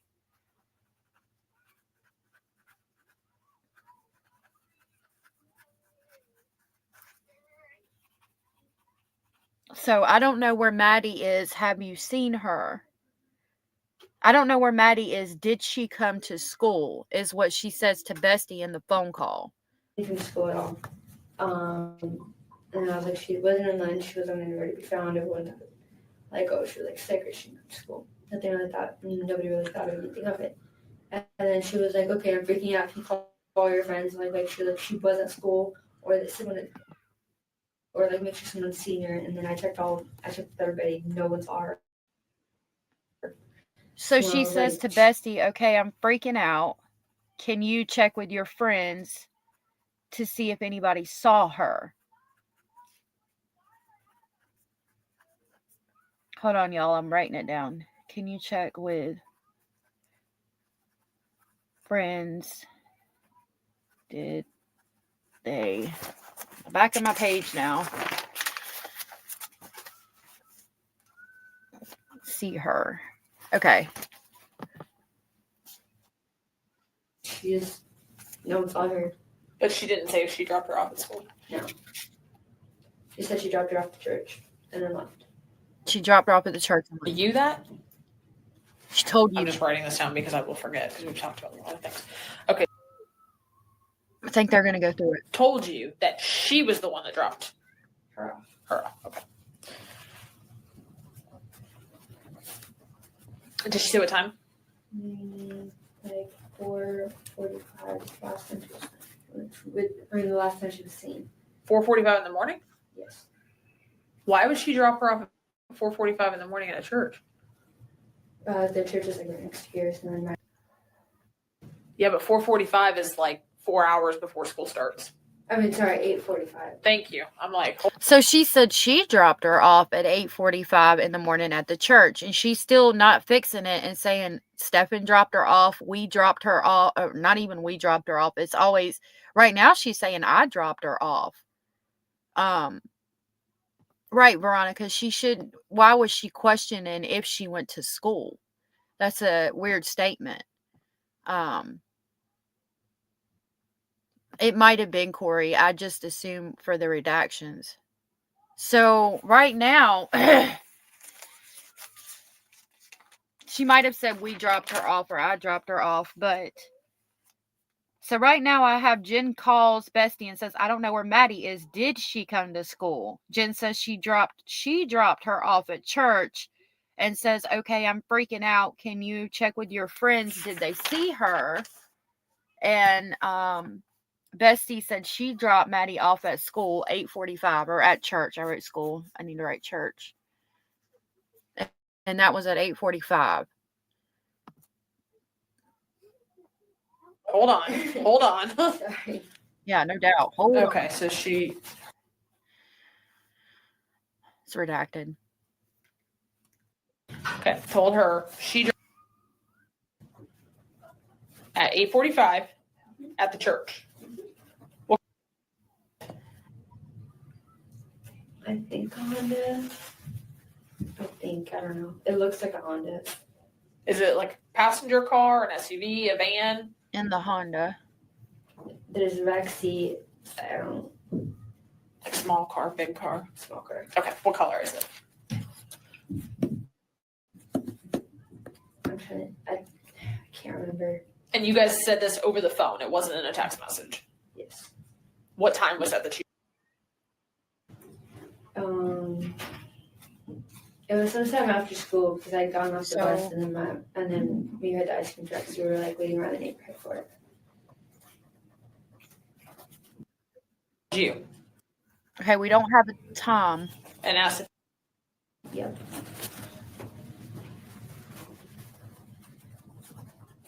Hey, Adona.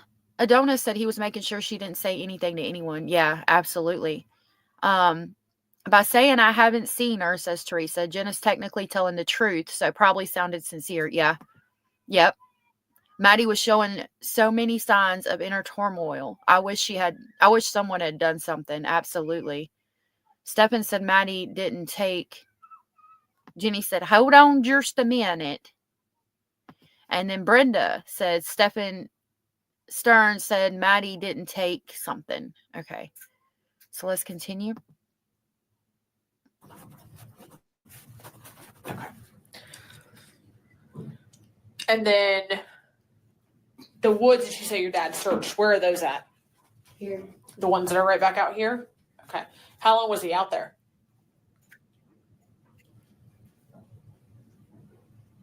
Okay.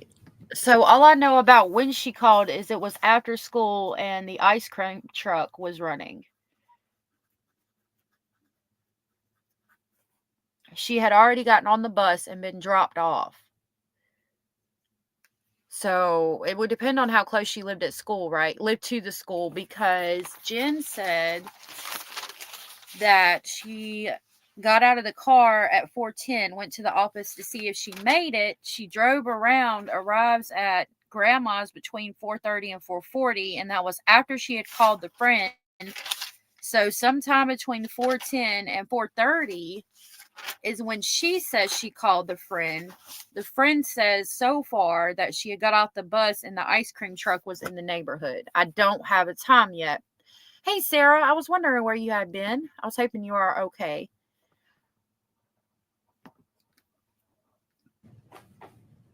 I don't know what time he came home or anything. 9 something he came home. Uh-huh. I think somewhere around like 8. I told him at like 7, like late 7, and then somewhere around there he kind of just left. I was like, I'm gonna go find her, or like I'm gonna go look for her. And then he told me to. That part just breaks my heart too, to know that the bestie's dad went out and searched for that child for what sounds like about 2 hours in the woods, and mama didn't even leave the house. Mama was just taking meds and going the hell to sleep. Didn't even care. Send him a picture. Send him a picture. I mean, like, send him like the address of the grandparents' house, and I'm gonna call you to keep your phone on you. And this is your dad, correct? Yes.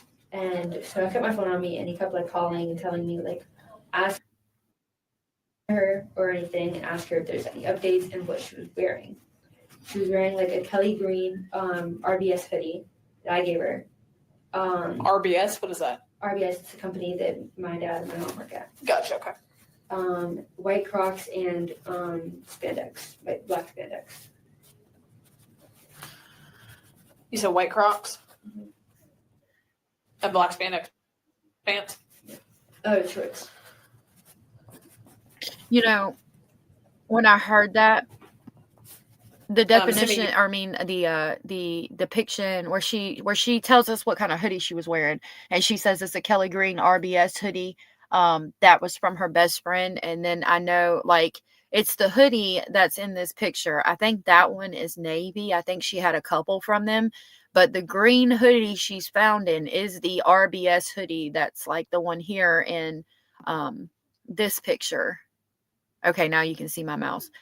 This one looks blue, but we know RBS is where Bestie's parents work, so it's probably a hoodie from her best friend, and that's what she was found deceased in. That breaks my heart even more. Against all logic said that had always bothered me. As a mom, I would be out there searching for my daughter until I found her. Yeah, I've talked about that. If one of my kids was missing, you wouldn't be able to keep me at home if you sat on me. I would get somebody, a neighbor, somebody to sit at home in case my child came home, because there is a concern that if they like run away, they might come back to grab food or a phone or something and then roll right back out. So I would have somebody at home to make sure that my child, if they did come home, they were there, but you wouldn't be able to keep me at home. I'd be out until I found them. I think you haven't heard from her today then, right? No. Not at all. So you haven't heard from her since Sunday night after her party? Yes, which was the last time I saw her was when she had gotten mad at me because I didn't say goodbye to her family, and I didn't like go shake everyone's hand and like tell her like goodbye to everyone. Okay. So the last conversation was an argument. So you don't know if anybody else had contact yesterday after mom dropped her off at 8:45 at the church? No. Because instead of going exactly a car line. Is that normal? No, I don't think so. You like straight dropped off in the front of the school. Okay. Car line. Okay, so it's not normal to be dropped off at the church. And Grandma said that she would pick them up at the church, but not drop them off at the church, because kids would hang out at the church after school, and Grandma had picked her up from there, but not dropped her off there. And I don't think anybody else references dropping their children off at the church, just picking them up. Hey, Megan. I know where that off. Okay. But yesterday, for some random reason, she wanted to be dropped off at the church. I don't know if she's ever been dropped off at the church before. Not she's told me. Okay. Gotcha. Never dropped off at the church. Interesting. Okay. Anything else you can think of? I know we've talked a lot about a lot of different things here. Yeah. Okay. If you think of anything else or anything that you think that is important, make sure that you have your parents call the sheriff's office. Okay. And we'll go from there. I mean, we're going to do everything we can to see, to find. We just need to, that's why we're talking to everybody, because we have to exhaust all of our leads and try to put this whole thing back together to figure out where she was last seen and kind of retrace her steps and all that. Okay. Do you have any questions for me that I can answer for you, or try to at least? Veronica, I'm sorry, love. Do you have any possibility of where she might be? Like any thing? So there's a lot of things we're looking at right now. I am not the lead detective on this case. I'm helping out with somebody else. So I don't know what all he has gathered from talking to her family. There's a lot of things that we have to still look at, right? Like there's a lot of social media. There's just a lot of stuff we have to look at. So our goal is to as quickly as possible, right? In safe condition. So I don't have those answers specifically, and I'm not going to make something up and tell you if I did. Okay. But that's our goal for now. So there's just so much we have to dig through, there's so many people we got to talk to and absolutely. all that, so, but any other questions that I could try to answer for you? Did you talk? Okay. He got, it's pretty similar. Your name was brought up as like the best friend. So that's why I'm directly asking you specific things. Do you think you have any other information that could be helpful that's different than what you gave me? Probably. Maybe. I mean, she didn't tell me about leaving the house and never coming back when she turns 13. It's redacted. Okay. Not that I know of anything else that. Okay. Got it. Right, Rachel? All right. Do you swear everything you told me is true to the best of your knowledge? Awesome. All right. Time is going to be 13:44 hours. Okay. So far, and we'll continue this tomorrow, going back through more interviews and gathering more evidence. But so far, we have that Jen, 4 pages of notes back. Jen, 9:30, Jen left. Stefan hadn't returned. And then I go, well, she woke up between 7 or 8, helped with dog, and went back to sleep. Woke up at 9. 9:30, Jen left. Stefan hadn't returned. Stefan had tried to go to the vape shop. Jen went back home. Or Jen got to the doctor at 10:15. Took 45 minutes to be seen at the doctor. She got home between 11:15 to 11:30. Stefan was back. Stefan had called at 10:18 because he was at home. She had asked if they went to McDonald's, and he replied no. 2:30, she left and waited in the car line to pick up at 4. She asked if she made it, drove around. She went to the office to see if she made it, drove around, went to grandma's office, got there between 4:30 and 4:40. That was after she had driven around for approximately 10 to 20 minutes looking for her. They go back to the school, try to talk to the teachers and stuff, but the one teacher doesn't get the email that she says she sent until 5:36. And Bestie said that she got a phone call from Jen when the ice cream truck was coming after the bus had dropped off. And Maddie, the questionable things are questioning if she made it. Jen saying, I dropped her off at the church. I don't know where Maddie is. Did she come to school? And I'm freaking out. Can you tell me, did anybody see her? So that's what we have so far. We're going to continue this and continue getting our timeline. I'm probably going to put my notes in a little bit of a better order tonight. I want to thank you all so much for being here. I've said it before and I will say it again. Number one, I love this group too, Darlene. But you guys are what makes this channel great. I really appreciate everybody being so loving and accepting to everybody's thoughts, opinions, and speculations. Because you guys are so accepting to differing opinions and speculations, that's what makes this channel great. And I could sit here and talk to myself all day, every day. This channel would be nothing without you guys coming to hang out. So I want to say thank you, everybody, for being here. It was a heavy topic today, and we're still going to be continuing on with heavy topics. I wish I had room for like a 6-foot tall whiteboard so I could really make a good timeline. I will put out the phone call. I will have that out. I'm gonna work on getting that out now. I'm sorry that I teased y'all with that. I shouldn't have even played it, but yeah, I will put that out here in just a few minutes, and then I'm going to continue printing out the 896-page murder indictment. I'm going to work on getting a video out, a third part to that video too, here soon. I've got to start recording that. I'll probably start recording it tomorrow and then get it edited and hopefully out by like Saturday at the latest, I would say. Yeah, hopefully Saturday or Sunday at the latest. I will see y'all all tomorrow. Thank you. Great live because of you guys. Yes, please leave your DNA, your touch DNA on that like button if you don't mind. I really appreciate it. It helps us get out into the algorithm so more people can become part of our Speculating family. And I'll see y'all tomorrow. Have the best night ever. Bye. Bye.